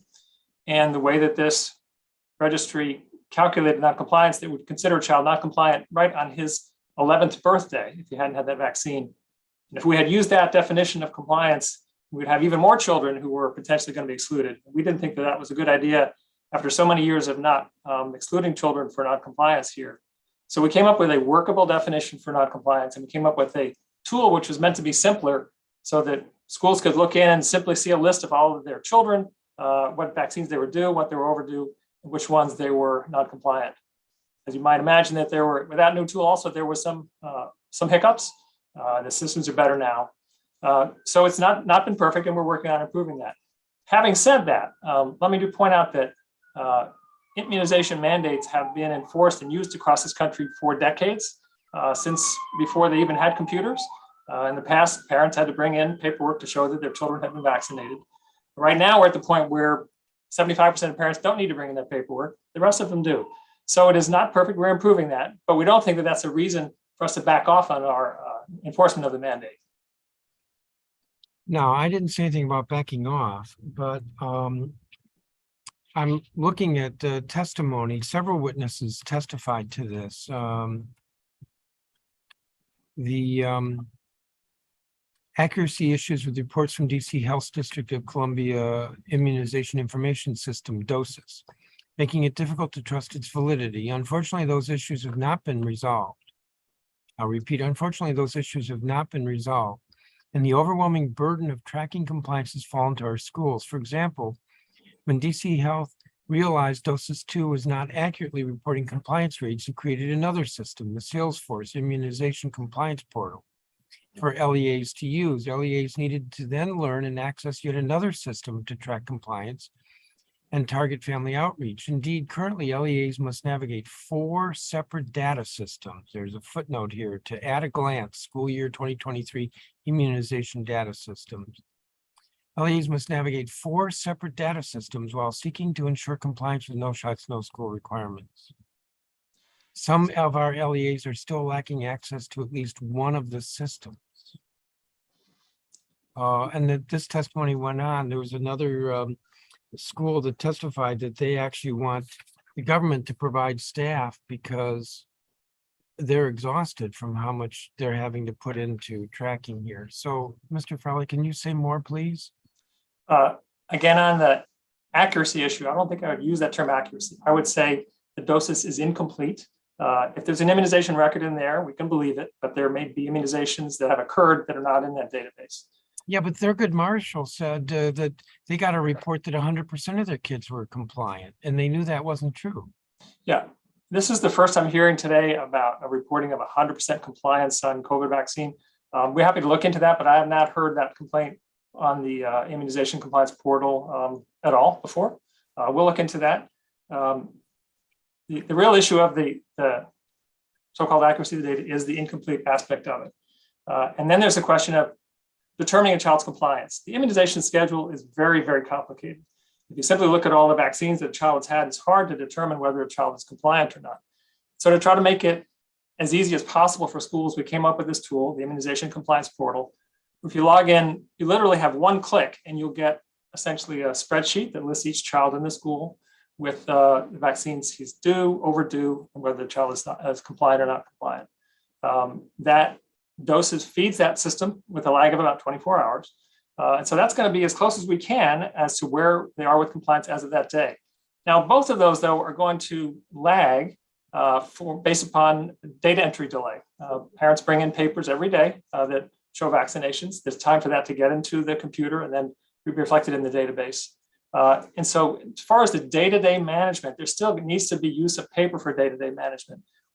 We cannot have the databases managed centrally in real time. And I don't believe that there's any jurisdiction in the country where that's not the case. It's ultimately the school that is managing children day to day, even if they have the best databases in the country. Well, and doses is problematic because you don't get information from other states. Why isn't Department of Health fixing that you're not getting immunization data from other states? So that is not a unique problem, and we are working on that. So we do now we have a link with the Maryland registry, so we at least get some of the vaccinations from Maryland. I don't believe we get all of them. We do not yet have a link with Virginia, but we're trying to have a link with Virginia to get their vaccinations. We have children here who move here from all over the country, and so we don't get data from every other state. That is not a unique problem. The immunization registries have been built up in this country over the last, 15 years or so. Now we're at the stages of them linking so that they can share data across jurisdictions. We're still in the early stages of the linking to get the outer jurisdiction data. That's maybe not a problem if you live in, Kansas, where you're a big state and there's not a lot of people spilling across the border, but it's a big problem for the District of Columbia where there are many people who are crossing that border. But and I'm over my time here, but I remember having the same discussion in one of our weekly calls with the executive on COVID 2 years ago. So this may not be unique. It's also not new. Yeah, that is true. And so we get COVID data from the Maryland registry. We get some data from other states, but for the most part, we don't get data from other states. Okay, so COVID. Has Virginia said no? Have they refused? No, it's simply that the technological link has not been built yet. I don't have a sense that there's a sense of urgency here. Councilmember Henderson? Thank you, Mr. Chairman.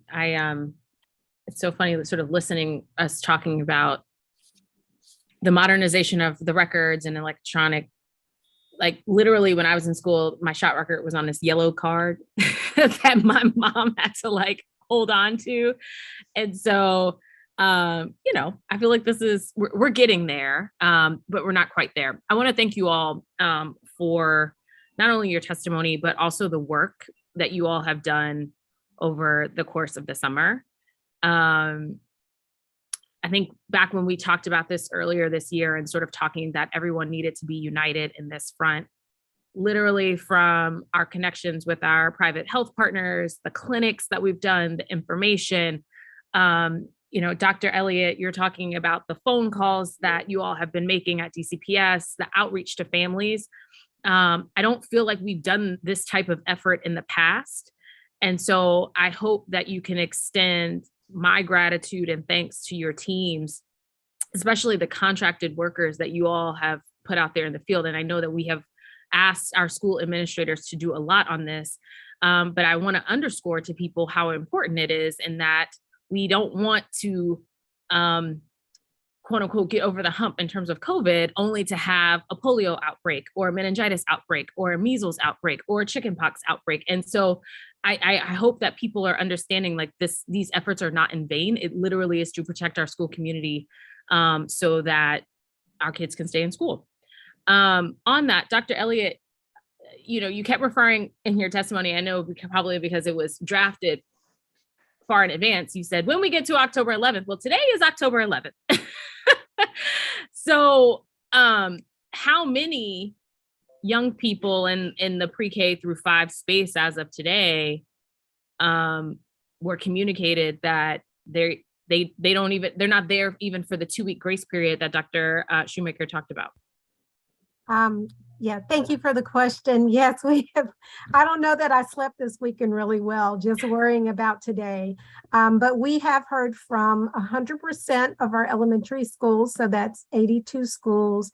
And we have 24 families that are refusing to move forward with compliance. So like, we're very excited with that number. Our folks, we still haven't reconciled the number around the number that are saying that they've already turned in records and are requesting extensions, or those that are going to make the appointments. But we know when we look at the data around exclusions, it's 24 students. So we're super excited about that, and we'll follow back up with those families. 24 is like incredible, especially you were talking about earlier this summer, y'all were sending 5,800 letters to people. So to get to 24 now, I'm sure you all will do the work in terms of determining what that is, because we're talking about pre-K through 5. So we're not even talking about COVID. That means you are refusing to do something else in the RPI table. Right. Which is a whole other thing. The childhood immunizations. Okay. That is correct. Yeah. Okay. We had a handful of students that were absent today that principals did try to reach out with families and were not able to connect with families. So we do have that small in size. It's about 200 students across the district that were not, we weren't able to reach out to families. We did talk to many families that were absent today, and they were actually getting vaccinations today. Okay. And so we're excited about that, but there's a small number that we weren't able to reach those families by phone today. So we'll know more on the status of those students on tomorrow, or, as soon as we're able to reach them. But the N size is very small for families just that said they're not going to get vaccinated. And we're excited that that number is small. We hate that it's any of our students, but that's where we are today. Right. Okay. I don't put you on the spot, Dr. Walker Davis, but I don't imagine that you have those numbers. So I'm going to ask Dr. Schumacher, because you would have the attendance data from today, yes? And since there's a coding situation, you might have some insight from a charter LEA standpoint. Thank you, Councilmember, for the question. So we do, as you noted, collect attendance data. We don't have data in the system yet since it comes in throughout the day. Okay. And in some cases, there is a slight lag, but you're right. That is the primary mechanism through which we will track exclusions that take place in our charter schools. Okay. Okay. So that's the babies. What are we going to do about these older babies? These high school students? I'm not sure if you were listening to the earlier pieces. Dr. Farley, I had a conversation with Dr. Lewis, I don't know, maybe a month ago. I don't know. It was sometime of recent. And I said, if we get to a place where we know, 200 kids in a high school are all missing the same shot, can we not just set it up and parent form and just knock it out while you're at school? Is that not an option for us? Or maybe Deputy Mayor Kine? I'm just. I can try to answer it. Thanks for the question, Councilmember. It definitely is appealing if you have, a couple hundred kids in a school that are due. Say, why not we just have the school nurse line them up in the hallway and, stick needles in all of them. But actually, it's a lot more complicated than you might think. There is an awful lot of administrative work that goes around giving an immunization, number one. Number two, the vaccines need to be stored in certain ways and tracked 24 hours. They need to have special storage facilities and ability to get in the 24/7 in case they fall out of range. And then the biggest thing is the parents need to be there. And so if a parent has to take a child somewhere to be vaccinated, why not have that parent go to one of 50 other sites across the district? But we have had some school-based. I'm sorry. my kids are small. 3, 1. They can't drive. Can't even get on the metro by themselves. Barely can walk down the stairs. So, but a 17-year-old, I have to take you to go get the meningitis shot. That's under federal law. That's not our law. Okay. I just feel like I can understand it. I can. I'm just trying to figure out what is our easiest way, right? When we're talking about the elementary school students, it is very easy for us to message to their parents. But when you get to the teenage age and high school, the kids have a certain level of agency here. And I want us to be able to get to a place where we can sort of get to some of this. Dr. Farley, or maybe even Dr. Schumacher, in the data that you all have, we can tell, though, specifically what immunization is missing. Yes? If it is a series, are you considered out of compliant if you've only gotten 1 shot? So like, I think HPV is a 2-shot situation. So if you've gotten 1, how are we treating that? I can answer that one. So per the immunization attendance policy, if you are proceeding in accordance with the series, you may continue to attend. Okay, so if you've gotten 1. Okay. All right, I have 2 minutes to do this, but I want to ask about the COVID piece. I think we have a lot of doctors on here, but I think we only have 2 MD doctors on here, Dr. Farley and Dr. Schumacher. Yes? Okay, great.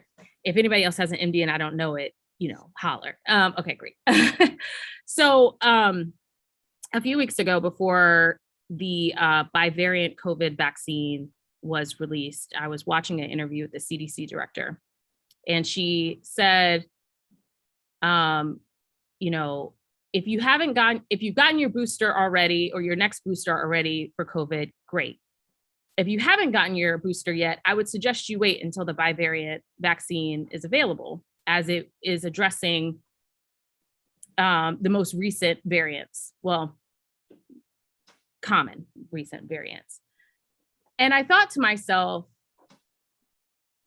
even though she is not saying it, even though the federal public health officials are not saying it, are we moving to a place where we are going to be managing COVID like we manage the flu, where we are advising that you get a shot every year and that the vaccine makeup could be different every year? And if that is the case, should we now switch how we are managing COVID to a similar posture when it comes to our policy? So right now, I'm looking at the grid that DC Health puts out, and we say, we recommend an annual flu vaccine. We don't require it. Is that something that we should be doing here? Should we be rethinking it on COVID? I can take that, Dr. Schumacher, and then you feel free to join. It's an excellent question, and is where I think we are headed. We know that the COVID virus continues to evolve, and I'm sure it will continue to evolve in the future. So we will probably need to have boosters that get updated to match the variants of the virus that change. Right now, there is a new booster that is matching the strains that are out here today. I'm guessing about a year from now, we'll have another one. So we have encouraged providers who give vaccines to give the COVID and the flu vaccine at the same time. Mm-hmm. And I'm hopeful that actually a year from now, they may be combined in one vaccine, just get your COVID flu shot. And so we're not there yet. I don't know of a schedule for when a COVID flu combo shot is going to be out there. No one can guarantee that the next version of this vaccine will be out in the fall of 2023. But I'm hoping that that's where we're heading. And it makes it a lot easier if we are heading and getting those two in sync with each other. Councilmember Henderson, do you feel your question was answered? No, I don't. You want to try again? I'm sorry if I didn't understand the question then. No, I appreciate your viewpoint here. What I am asked, let me be more specific, because there is no place of ego on this, as I was the one who originally drafted the COVID vaccination requirement for students. My question is, should we rethink that and move it to a place of a recommendation in the same manner that we recommend an annual flu shot, as opposed to requiring, because we don't require an annual shot for COVID. We require 2 doses. Yeah. All right. So now that I understand the question, let me try to be more specific. The question of a recommendation versus a requirement is a difficult one. There are definitely lives saved. One could consider having flu be a required vaccine because there are plenty of lives saved by flu vaccination. I would simply say here's the tough call that I think the council has to make. There's no question that vaccine against COVID saves lives. And if we have a high level of compliance, we're going to save lives. On the other hand, there is a contingent of parents, maybe 10% of African-American parents in the city, who are strongly against vaccinating their children. And so council can have to weigh the resistance from that group of parents versus the protection against the group as a whole. I don't know that I can make a recommendation, but those are the two things that the council's gonna have to balance. There'll be another round. Okay, thank you, Mr. It Chairman. may not be 10 minutes. We'll see. Okay. Councilmember Lewis George. Oh, hey, sorry. Did you call me? I called you. Yes, we've been waiting for Okay, 5 great. minutes. Oh, thank you. Sorry. I was dealing with something. Okay. Okay, going back, because can we go back to this number 24? Because I just need to clarify what the number 24 represents, because we had over 13,000 kids not in compliance as of September 27th. And so are you telling me that we expect 13,000 families to have gotten into compliance in the last week and a half? Is that what you're saying? Where does this number 24 come from? Sort of, what does that represent? Am I hearing what you're saying correctly? So I think that question's for me. So DCPS has been tracking our students on a static immunization list. And so every day students are coming in and out of compliance. But it was agreed with DC Health and OSSI that we would identify the students that were non-compliant as of September 7th. And Okay. those would be the students that we would track for this year for compliance. Oh, okay. And so there was originally, the notification sent out to that group of students on September the 7th. Okay. I think it was a little over 5,800 students that we sent out our original notifications to our families. I'm sorry, I'm gonna have to go back to look at those numbers, but that is the universe that we kind of started with. Okay. So each of our school nurses were provided with a static list from DC Health.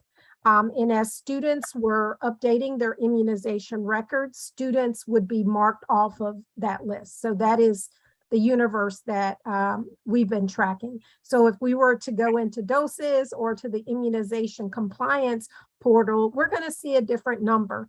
The numbers that we see there, again, reflect students who've come out of compliance since that date, have birth dates or whatever, new enrolled students. It also includes both past due and due vaccinations. And so we were only tracking students for which they had past due immunizations. Okay. And So that is the- that's who that 24 represents. Yeah, so so we started with, that number.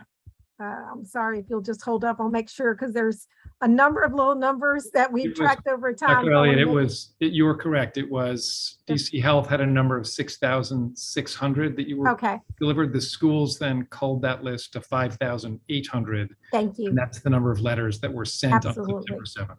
Okay, well, very good. And so, that number has decreased over time with, the outreach that we've made for families. About last week, when we got to what's called our 5-day warning letter on October the 5th, there were about 3,300 students remaining on that list. And we get those numbers. We actually had our principals meet with the school nurses to reconcile the list to make sure it was accurate. That's how we got to the 3,300. Okay. And then we had our PCTs and school registrars work on phone calls all of last week, including Thursday and Friday. And so when we started today, there was only 1,775 students remaining on that list. And then this morning, our principals, our PCTs and registrars made outreach to families. And again, we do have this small universe of students that were not here at school today, so families could not be reached, so they did not talk to those students. But of all the families that they reached out, and I do have some more accurate numbers, there were about 500 families that indicated they thought they'd already turned in the appropriate record, 510 families. And so we're giving them the 2-week grace period while we reconcile our records at school, because we don't want to exclude anyone unnecessarily. We had 575 families agree to make appointments in the next 2 weeks. And so they were, actively doing that. We had a small group of families that said that they actually were seeking an exemption from DC Health. So that was one of the other categories that we captured, the religious exemption. And we had a total of 24 families that said they're not doing it. And so, we had a survey that our principals and school nurses had to complete by noon today. And that is the data that I'm pulling for this conversation. Okay. And where did the 7,000 student list come from? This, The initial 6,600 students that I referenced, Councilmember, Yes. that was delivered from DOSIS by DC Health. Got it. Boom. Okay. Makes sense. Got it. Thank you. I appreciate that. So what happens with those 24, the students the 24 families who sort of refuse? What do we do with, they just sort of transition out of the school system? Is that the usual plan of action for them? So today they were informed that they were going to receive official notification by mail.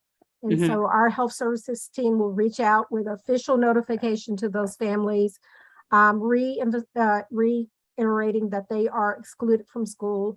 And we'll make attempts for additional outreach, even through social services, because, these students are have mandatory compliance to be in schools. But we're really trying to be sure that we're supportive of families, trying to figure out what is the reasoning, make sure that they're well aware of the different resources. But I think we had anticipated all along, based on some earlier surveys, that there might be a small group of families that would just refuse to come in compliance. Right. And Councilmember, if I may add something very briefly on this as well. There's an additional safeguard built into the system. We are working with CFSA, and I was talking to Director Matthews actually earlier today. They will, of course, receive the referrals after 10 unexcused absences as per usual. Their initial posture is a supportive posture. Okay. They have their triage unit already with the ability to make appointments for families, to visit with families, to try to understand what the concerns are. They've been training up their triage unit to do that. Okay. So initially, they're going to ask CFSA what CFSA role was going to be. So perfect. Great. That is what I wanted to make sure, is that they were going to be in this sort of supportive posture via CFSA. What are the main reasons you're hearing from schools or families that aren't ready? Like, and are there any strategies that we need to change, that we all need to change on our end to sort of mitigate against these? I'm sorry, are not ready for, I'm sorry, I may have missed the first part of the question. The main reasons we're hearing from schools or families that aren't ready to get vaccinated or receive their, to come into compliance. Yeah. I will honestly say that I think today's conversations with our school leaders, where families actually really knew we were going to do this, was the push. Like, today, your choices are get an appointment or be excluded from school, or seek an exemption. Like, we're really going to enforce that. Again, we did have, close to 500 families that thought they'd already submitted the documentation. Yeah. And so it was so important for us to have those conversations today with families, because we didn't want to exclude anyone if the issue was around documentation. So we feel really good about the conversations that were held. Certainly is a heavy lift on our school leaders and staff, and we really appreciate them. But this definitely is the right work to do. What are we doing to target the resources towards schools with high non-compliance rates, even sort of for our older people, children, I guess?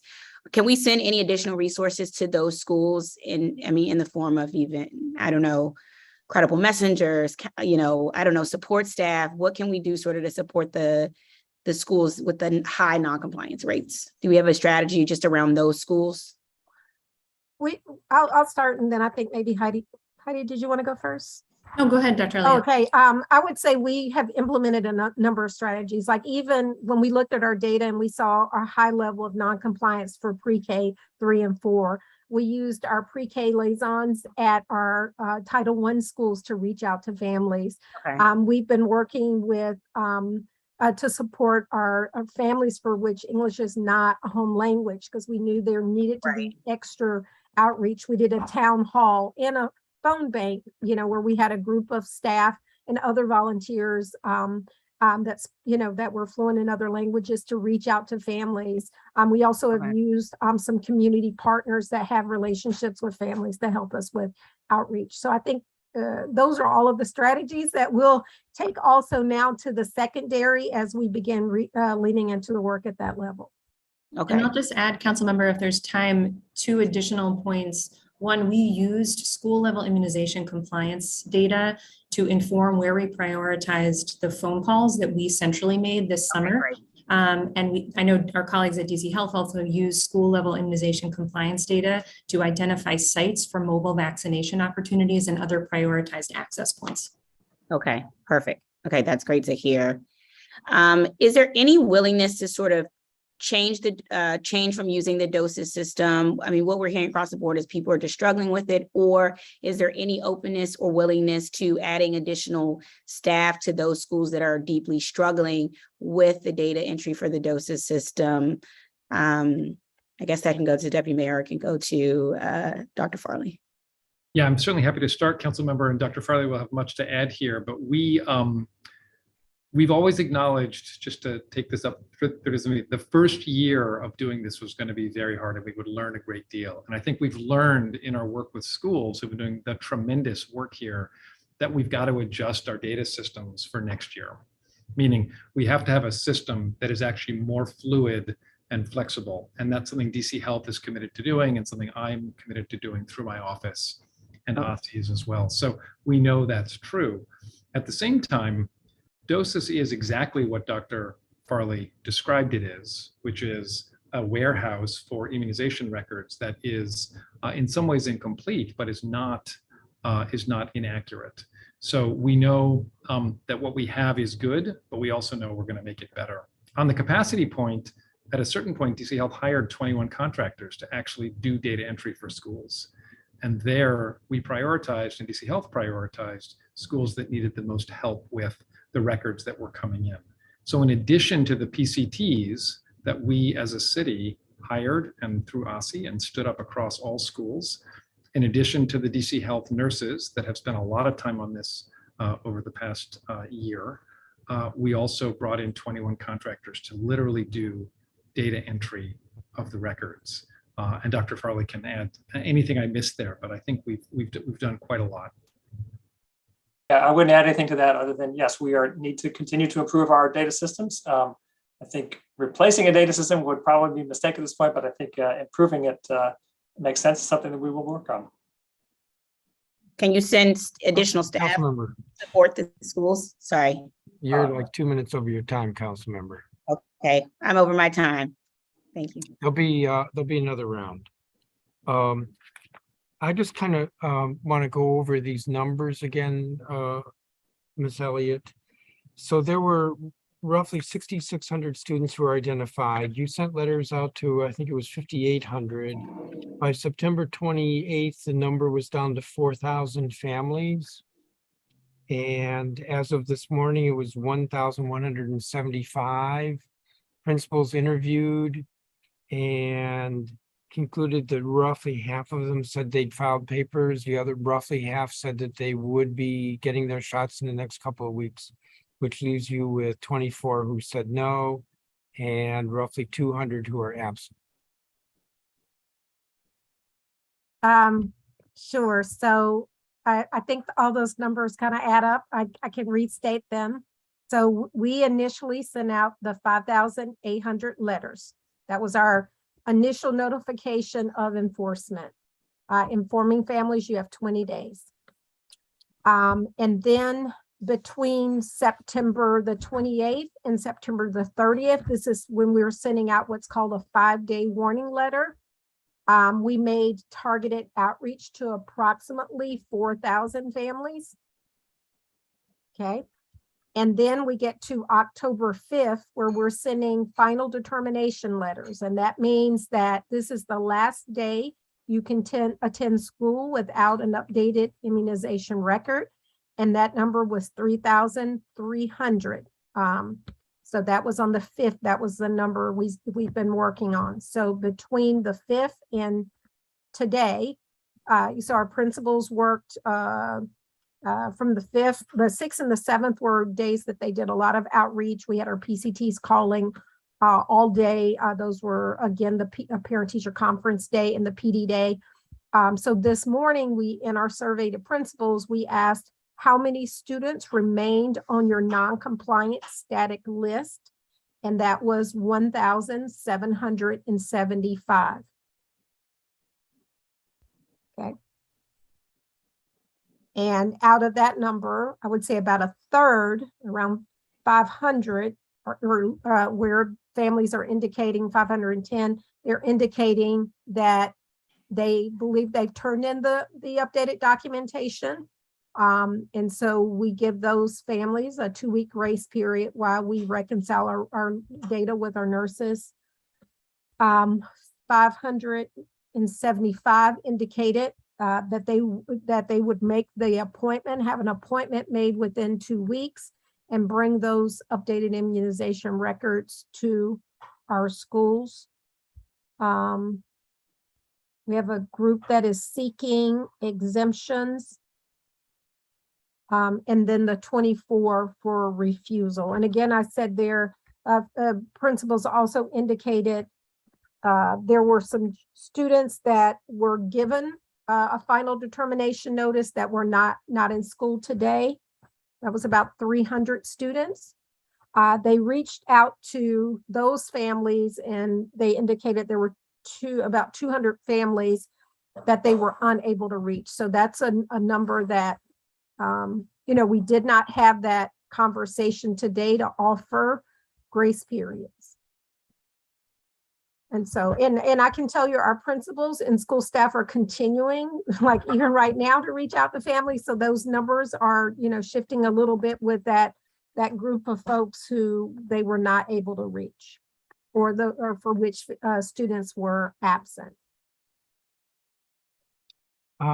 Thank you. Thank you, Dr. Elliott. DCPS is a little over half of the students. Dr. Walker Davis, do you think the numbers are somewhat similar on the charter side? Obviously, you don't have, because you're many LEAs, you wouldn't have quite the same roll up, but do you think it's similar? Yes, thank you, Chairman Mendelson. So you are correct. We do not have that level of detail for our charter LEAs, but the last information that I had was around the same date that Dr. Elliott mentioned around the final notices, and that number was about 3,200, similar to DCPS's 3,300. I'm not sure if Deputy Mayor or Ossie has any more precise information since that date, but we do not collect centralized immunization data, so I don't have it down to the LEA level to tell you which students are now in compliance, which have refused, et cetera. Dr. Schumacher, do you have any updated, better data with regard to charters? So we will have better data on exclusions once we get to the point at which schools are using the immunization attendance code.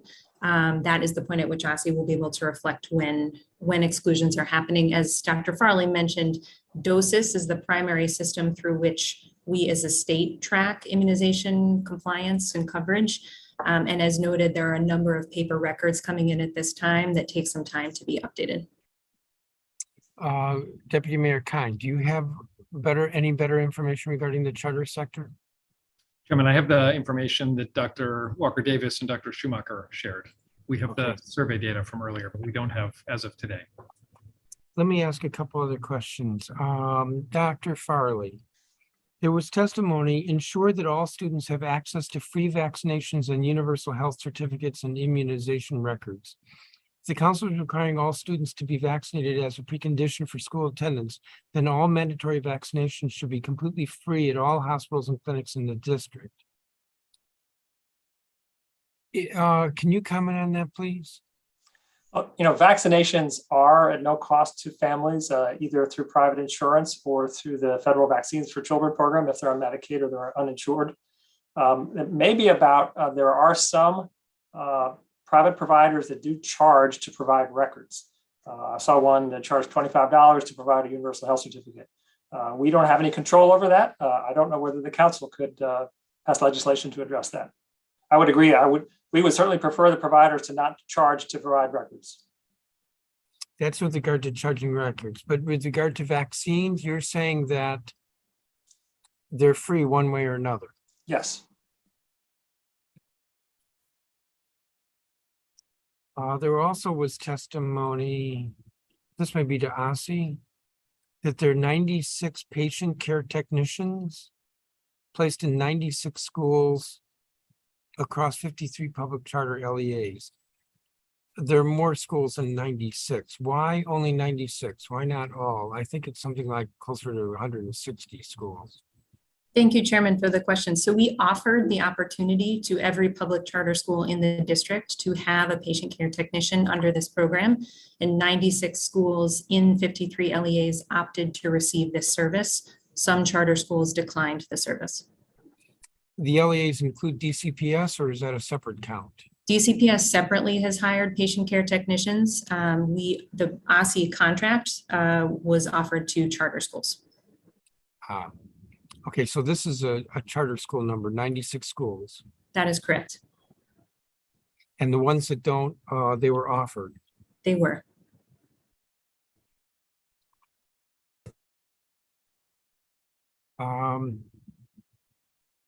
Dr. Farley, not every charter school has a nurse. Why not? And I'm looking at a fact sheet that I was given here. Health suite requirements inconsistent with DC Health asked during inspection. That DC Health says they want something for health suite, and then they come back out on inspection and say they want something different. The process, I'm reading the fact sheet, the process often entails multiple inspections because of new risks, new asks. That's new asks from Department of Health. Why doesn't every charter school have a nurse? If a charter school requests a nurse under the school nurse program, they're eligible. Now they need to have a health suite. Health suite has to be a space where they have its own bathroom, a hand wash sink, a place where they can examine children with privacy, a computer desk. It has to have some facilities to it. We have a written list of the requirements for having a health suite. And if if they meet those requirements, they're eligible to receive a nurse.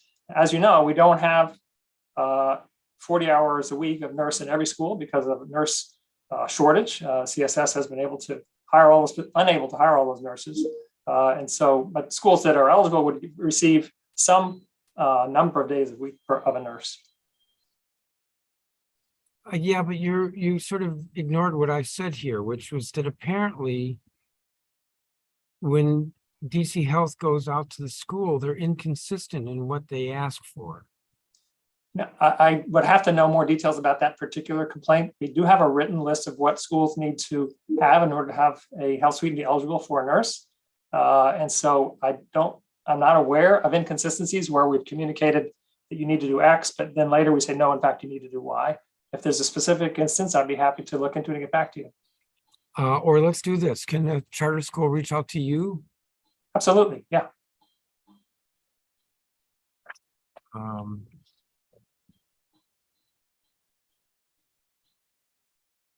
Is Department of Health considering amending the contract to allow school nurses to administer vaccinations? And I talked earlier about the idea of school nurses vaccinating. it's a lot more complicated than you might think between administrative requirements, the storage requirements, and the fact that parents need to be there. We don't think that that's the best way to get children vaccinated. There are plenty of other opportunities for parents to take their children to be vaccinated. So I don't think that that's going to get us any closer to having more kids in compliance. So let me just conclude. I kind of said this before. So if a charter school is having problems with, they think, inconsistent or inaccurate requirements from Department of Health, they can reach out to you, Dr. Absolutely. Farley, Senior Yes. Deputy Director for Senior Deputy Director in the Community Health Administration. Yes. Thank you. Councilmember Henderson. Thank you, Mr. Chairman. And I appreciate you bringing up the questions around the health suites because we've definitely gotten those complaints as well. Dr. Farley, just for clarification, the school nurses that are contracted via DC Health are allowed to do medication administration, yes? Yes. Okay. But vaccines is just one step too far, even though they are nurses and qualified. Yeah, the ability to give an injection is different from the whole process around having pediatric immunizations there. It's a complicated process. Okay. Deputy Mayor Kine, I appreciate your comments around maybe sort of like the shock to the system in that this is the first time we're doing it. So we're learning a lot of lessons in terms of like how to improve, et cetera. What are we learning from this? Now, I understand we bifurcated enforcement, and I totally understand why OSCE and your office decided to make that decision. But what are we learning from the work we are doing in the pre-K-5 space that we are applying to the next tranche of students as it pertains to exclusions? Because at least in my looking at the most recent data that has been provided from a school perspective on RPI, routine pediatric immunizations, our middle and high schools are going to have a larger chunk of students that are out of compliance than where I think the elementary schools were starting. Yeah, thanks, Councilmember, for the question. I will start, and I can guarantee you that all of my colleagues will want to offer some observations here. So Okay. we'll try to run out the clock. I would say in the first instance, what we have learned from this go round is that doing actual enforcement is an important tool, as we've been saying. In other words, I had assumed earlier on, somewhat naively, that we would see our numbers go down much, much further based on the quote unquote threat of enforcement. But it turns out that you actually have to be prepared to do the enforcement in order for some families to realize that we are, in fact, I would say, finally serious, and they need to do it. So that is a lesson we will have to carry forward in the sense that we can't quote unquote blink, if you will, as we approach the deadline. Secondly, as Dr. Elliott talked about, the other lesson I think we've taken strongly to heart is the absolute vital nature of individual outreach. And unfortunately, it places a huge burden on schools at a time when, as you heard from testimony, and as we have said time and time again, we need to be focused on the instructional core and learning and recovery. And that personal outreach and contact with families turns out to be the essential ingredient for so many of our families. If we have time, I would encourage Dr. Schumacher, Dr. Elliott, Dr. Farley to add any important elements there. If you Yeah, want. I mean, Dr. Elliott, I definitely would be interested in terms of what DCPS is. Are you doing any? Are you beginning to do something different as you go to the older students in this process? Starting tomorrow. Okay. We certainly needed to get through today with our elementary students, but yes, I think we realized there are a number of resources we needed to craft for our principals, like, as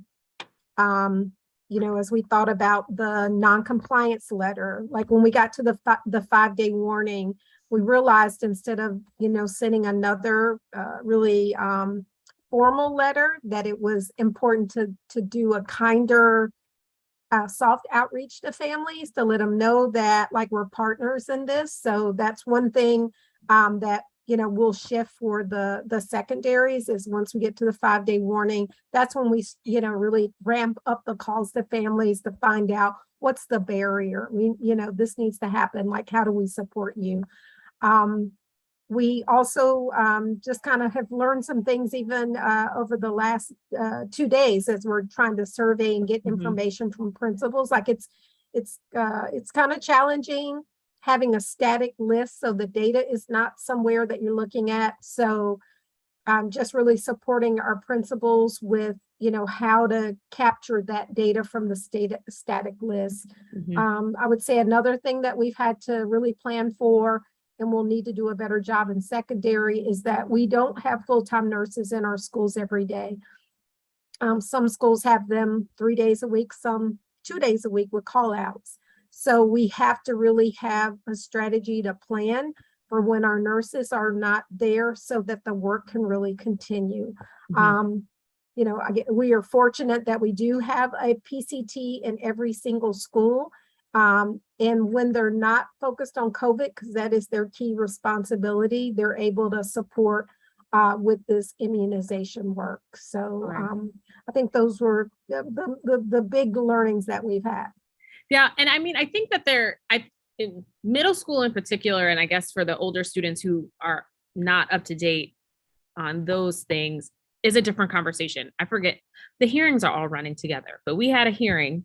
There was a doctor who testified, must have been health, I'm going to guess. And he was talking about how a parent didn't want their child to get the HPV vaccine because the parent was like, oh, well, you know, say Johnny doesn't need it because Johnny is not X. But the doctor knew from conversations that he had had with the student separate and apart from the family that this would have been a good course of action, if you get what I'm saying. But there's this disconnect that is happening here from a public health standpoint. And so I'm just, you know, I think we're just going to have to watch and see how this goes from that front. But in terms of the questioning that I was asking earlier, and you know, we are focusing on the routine pediatric immunizations. But you know, looking at some of the data, there are some schools like Jackson Reed that have a higher compliance on COVID immunizations than they do on their routine pediatric immunizations. And then we have some schools that are vice versa here. And so I will ask again, Dr. Shoemaker, I don't know if you want to provide some insight here. And I know, Dr. Farley, you presented, you said this is a challenge for the council, but you all are our public health officials here. Should we rethink the COVID vaccine requirement?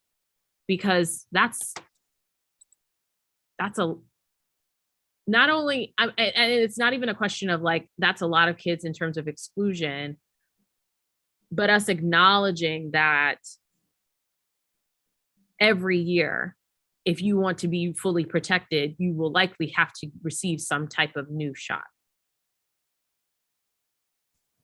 I think I would defer to Dr. Farley on the public health standpoint. As I noted, though, in my testimony, council member, one other consideration, if the council is more broadly reconsidering the law related to the COVID vaccine, is the 70-day window and more specifics about how enforcement would go if the vaccine continued to be required. I think what we have heard consistently from schools is concern with the implication of rolling enforcement of the COVID vaccine if a student became newly eligible for the COVID vaccine due to full authorization by the FDA or a birthday. And so I think our focus from the OSCE standpoint has been really around thinking about the operational lift for schools to enforce if it remained in play. Dr. Farley, I don't know if there's anything else you want to offer from a public health standpoint. Nothing, and other than we certainly think children should be vaccinated, but there is hesitancy around the COVID vaccine, which we have not seen with routine pediatric immunizations. There is subgroup of parents out there who seem to be very strongly against the COVID vaccine that we don't see with routine pediatric immunizations. And so a mandate for the routine pediatric immunizations will get parents who have just been too busy, drag their feet or whatever, but a mandate is going to meet more resistance for COVID than it would for the routine ones. Deputy Mayor Kine, any thoughts? Yeah, thanks, Councilmember, for the question. I understood exactly your motivation in proposing the legislation, and I was always, both personally and professionally, very bullish on vaccination. I think we have learned a lot as we emerged from the emergency state in which we were taking all kinds of actions to protect our school communities that might cause us to rethink different postures and stances, and one would include the law. Public health is not just vaccination and illness. Public health also includes truancy. Public health includes kids out of school. And when kids are out of school, they're not necessarily going to be at home. So I do think, given what we're learning about some of the resistance to the COVID vaccine, it is important to reconsider essentially all of our posture towards this. And as we shift into an endemic phase of this work, I think it'll be important for council to look again at the law and laws that were passed under the emergency to ensure that we are getting it right based on what we currently know, as opposed to what we knew several months ago. And I will say this, I mean, and I know I'm over my time, Mr. Chairman, so I apologize, but You're okay. when we look back, right, I think a lot of people forget what was going on in October of 2021, right? A year ago. And this is the statistic that always sticks out in my mind. I remember Dr. Nesbitt saying when she was here that since it was from June of 2021 to October of 2021, every single person in the district who had died of COVID was unvaccinated. And every single person except for one was Black. Right? So we were dealing with something that was literally killing people in our community. And we had a vaccine that was available that we felt at the time could prevent that. Now we know that it can prevent the serious illness and maybe hospitalization. It may not prevent you from contracting it, but that was the motivation at that time, was literally like, how do we protect our people? But I'm over my time. Thank you. Thank you, Deputy Mayor, for that. Thank you, Councilmember Henderson. Councilmember Lewis George. Thank you, Chairman. I want to go back a little bit, just back to doses, if we may. What I'm trying to get at, not just doses, but data, the data entry piece in general, and helping out all of our LEAs here. It sounds like from testimony and from what I've received from a number of LEAs, people are using, and I think the chairman said earlier, some people were saying they're using 4 different sort of data entry systems in this process. What can we do now from a data entry perspective as we look to, when we do middle schools and high schools, what can we do now to sort of, because it sounds like even when you're giving numbers, we're not giving it from the doses system, we're giving numbers from a survey from principals, right? So we're not even using that number in today's hearing from the doses system. I would like it to be on the ground now for our LEAs and those who are sort of shouldering the burden of data entry in the school systems right now, to have a better system moving forward. What is it that we're willing to do now around data entry to make this easier and unload the burden for all of our LEAs here? Is there something we can change now to make a difference?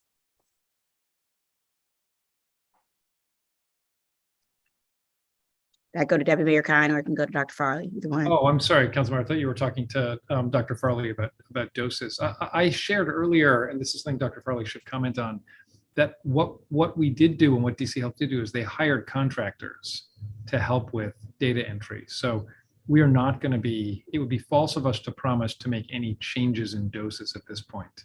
But we did do the overlay of the additional system that is the interface or portal for schools that we thought would be simpler and provide better information, which is a place for for school personnel to put in information as well as receive it. And Dr. Farley or Dr. Schumacher can talk about that. And then are the contractors contracted out to each school? Like, can LEAs request the contractor to come and assist with the data entry at this point?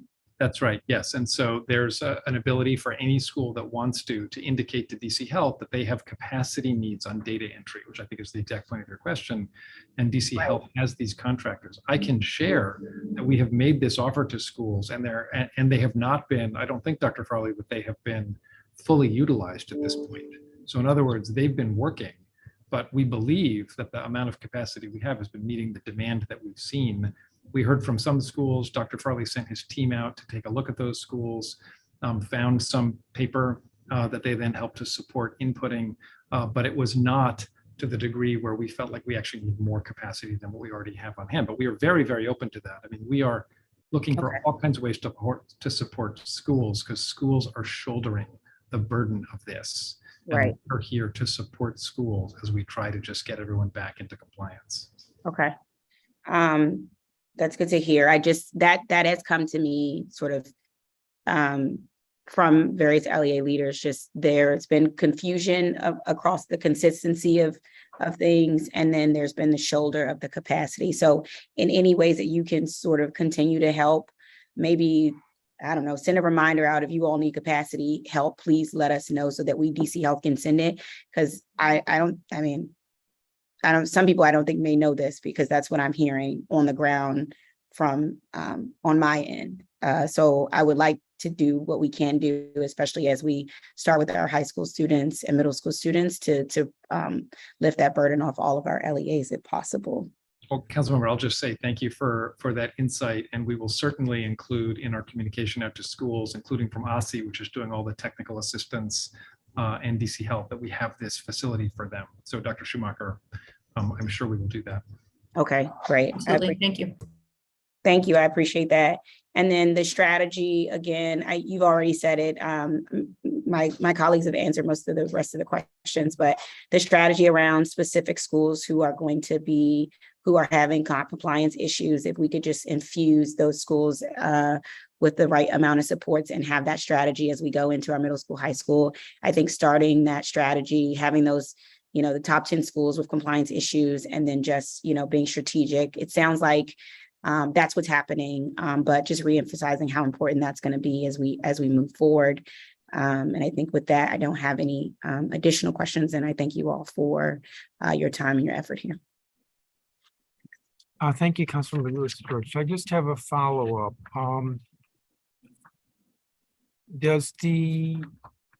Would the administration have any objection if the council were to revisit the COVID mandate legislation? And Chairman, we'll be careful of our words here. Would we have any objection if the council were to revisit it? None whatsoever. As I was sharing earlier, I think it's important that we revisit it. But I don't want to be misinterpreted as saying that I'm recommending that you repeal the piece of legislation out of hand, because we ourselves are still looking at the experience that we're having with the routine pediatric immunization. We're looking at the kinds of information that Dr. Farley was sharing. And so we are also developing our perspective on this currently. We are also revisiting it. So I do think I think we should, and I do think the council should, yes. Well, there aren't too many options with revisiting. We either revisit it and do nothing, or we revisit it and repeal it. I'm not sure there's an in-between. Mr. Kine? I'm sorry, Chairman, I didn't hear a question there. I apologize. I was following up. It was like a discussion. So you're happy with our revisiting it. And I said, well, there aren't a whole lot of options with revisiting. Either we revisit it and do nothing, or we revisit it and repeal it. There's not an in-between that I can think of. Yeah, that's right, Chairman. So in the spirit of a discussion, I would share at this point, I don't have a perspective on whether you should repeal it or leave it. What I'm sharing is that with DC Health and with OSSI and with our school LEAs, we are also looking to see whether or not we have a new perspective on this. As you know, we are currently planning on adhering to the law that was passed by school. And we are doing that because we want to be in compliance with the law. We are learning as we go here. And we are also learning new information from our public health officials about the efficacy of, for example, being one of, if not the only jurisdiction in the country that has a COVID vaccine mandate for school. And we are currently looking at that as you are, or as you potentially will. And I will be happy to share any advice that we have coming out of our own revisitation of it. But right now, I don't have a strong perspective on either repeal or sustaining it. I think we all have to look very closely at it based on what we're learning. Well, let me ask Dr. Farley, do you know if there are other school systems that have a COVID requirement, COVID vaccine requirement? I'm not aware of other school systems that have a COVID requirement, vaccine requirement. I can't say that I've done a thorough review of the entire country, but I'm not aware of it. Are there jurisdictions that have a COVID requirement? No, I don't think I want to go there. There's been a lot of litigation over that. Maybe I'll leave it at that. Councilmember Henderson, I may have provoked another question from you. Did I? Louis George, Councilmember. All right, I think we may be done then. I want to. Chairman Mendelson, Yes. if I may, I just wanted to thank you for having LEAs at this hearing, charter LEAs at this hearing. It is very important that we continue to hear directly from the charter LEAs about their experiences on the ground. In many ways, they're doing much of the same things that DCPS shared with you. And in many ways, that's even more challenging for them because they don't have the infrastructure that DCPS does. And so I want to really acknowledge the Deputy Mayor and OSSI and DC Health for our efforts to coordinate at our level. And I would just say in terms of what we're learning is for us to keep doing more of that collaboration, for us to double down on the communications to LEAs and to simplify this process as much as possible with the resources we have, additional if we need, shared communications, all of the above, things that we have been trying and more that we will need to try. So I just wanted to make sure that I can't speak on behalf of every single LEA, but I do appreciate you hearing the different perspectives about the collective and unique experiences of charter LEAs in this regard. So thank you. Thank you. Thank you, Dr. Walker Davis. Thank you again, each of you. And with that, I'm going to bring this hearing to a close. This has been a hearing on No Shots, No School for school year 2022-2023. The record will close in 2 weeks. That is at 5 o'clock on Tuesday, October 25th, 2022. The time is 3:43 in the afternoon, and this hearing or roundtable is adjourned.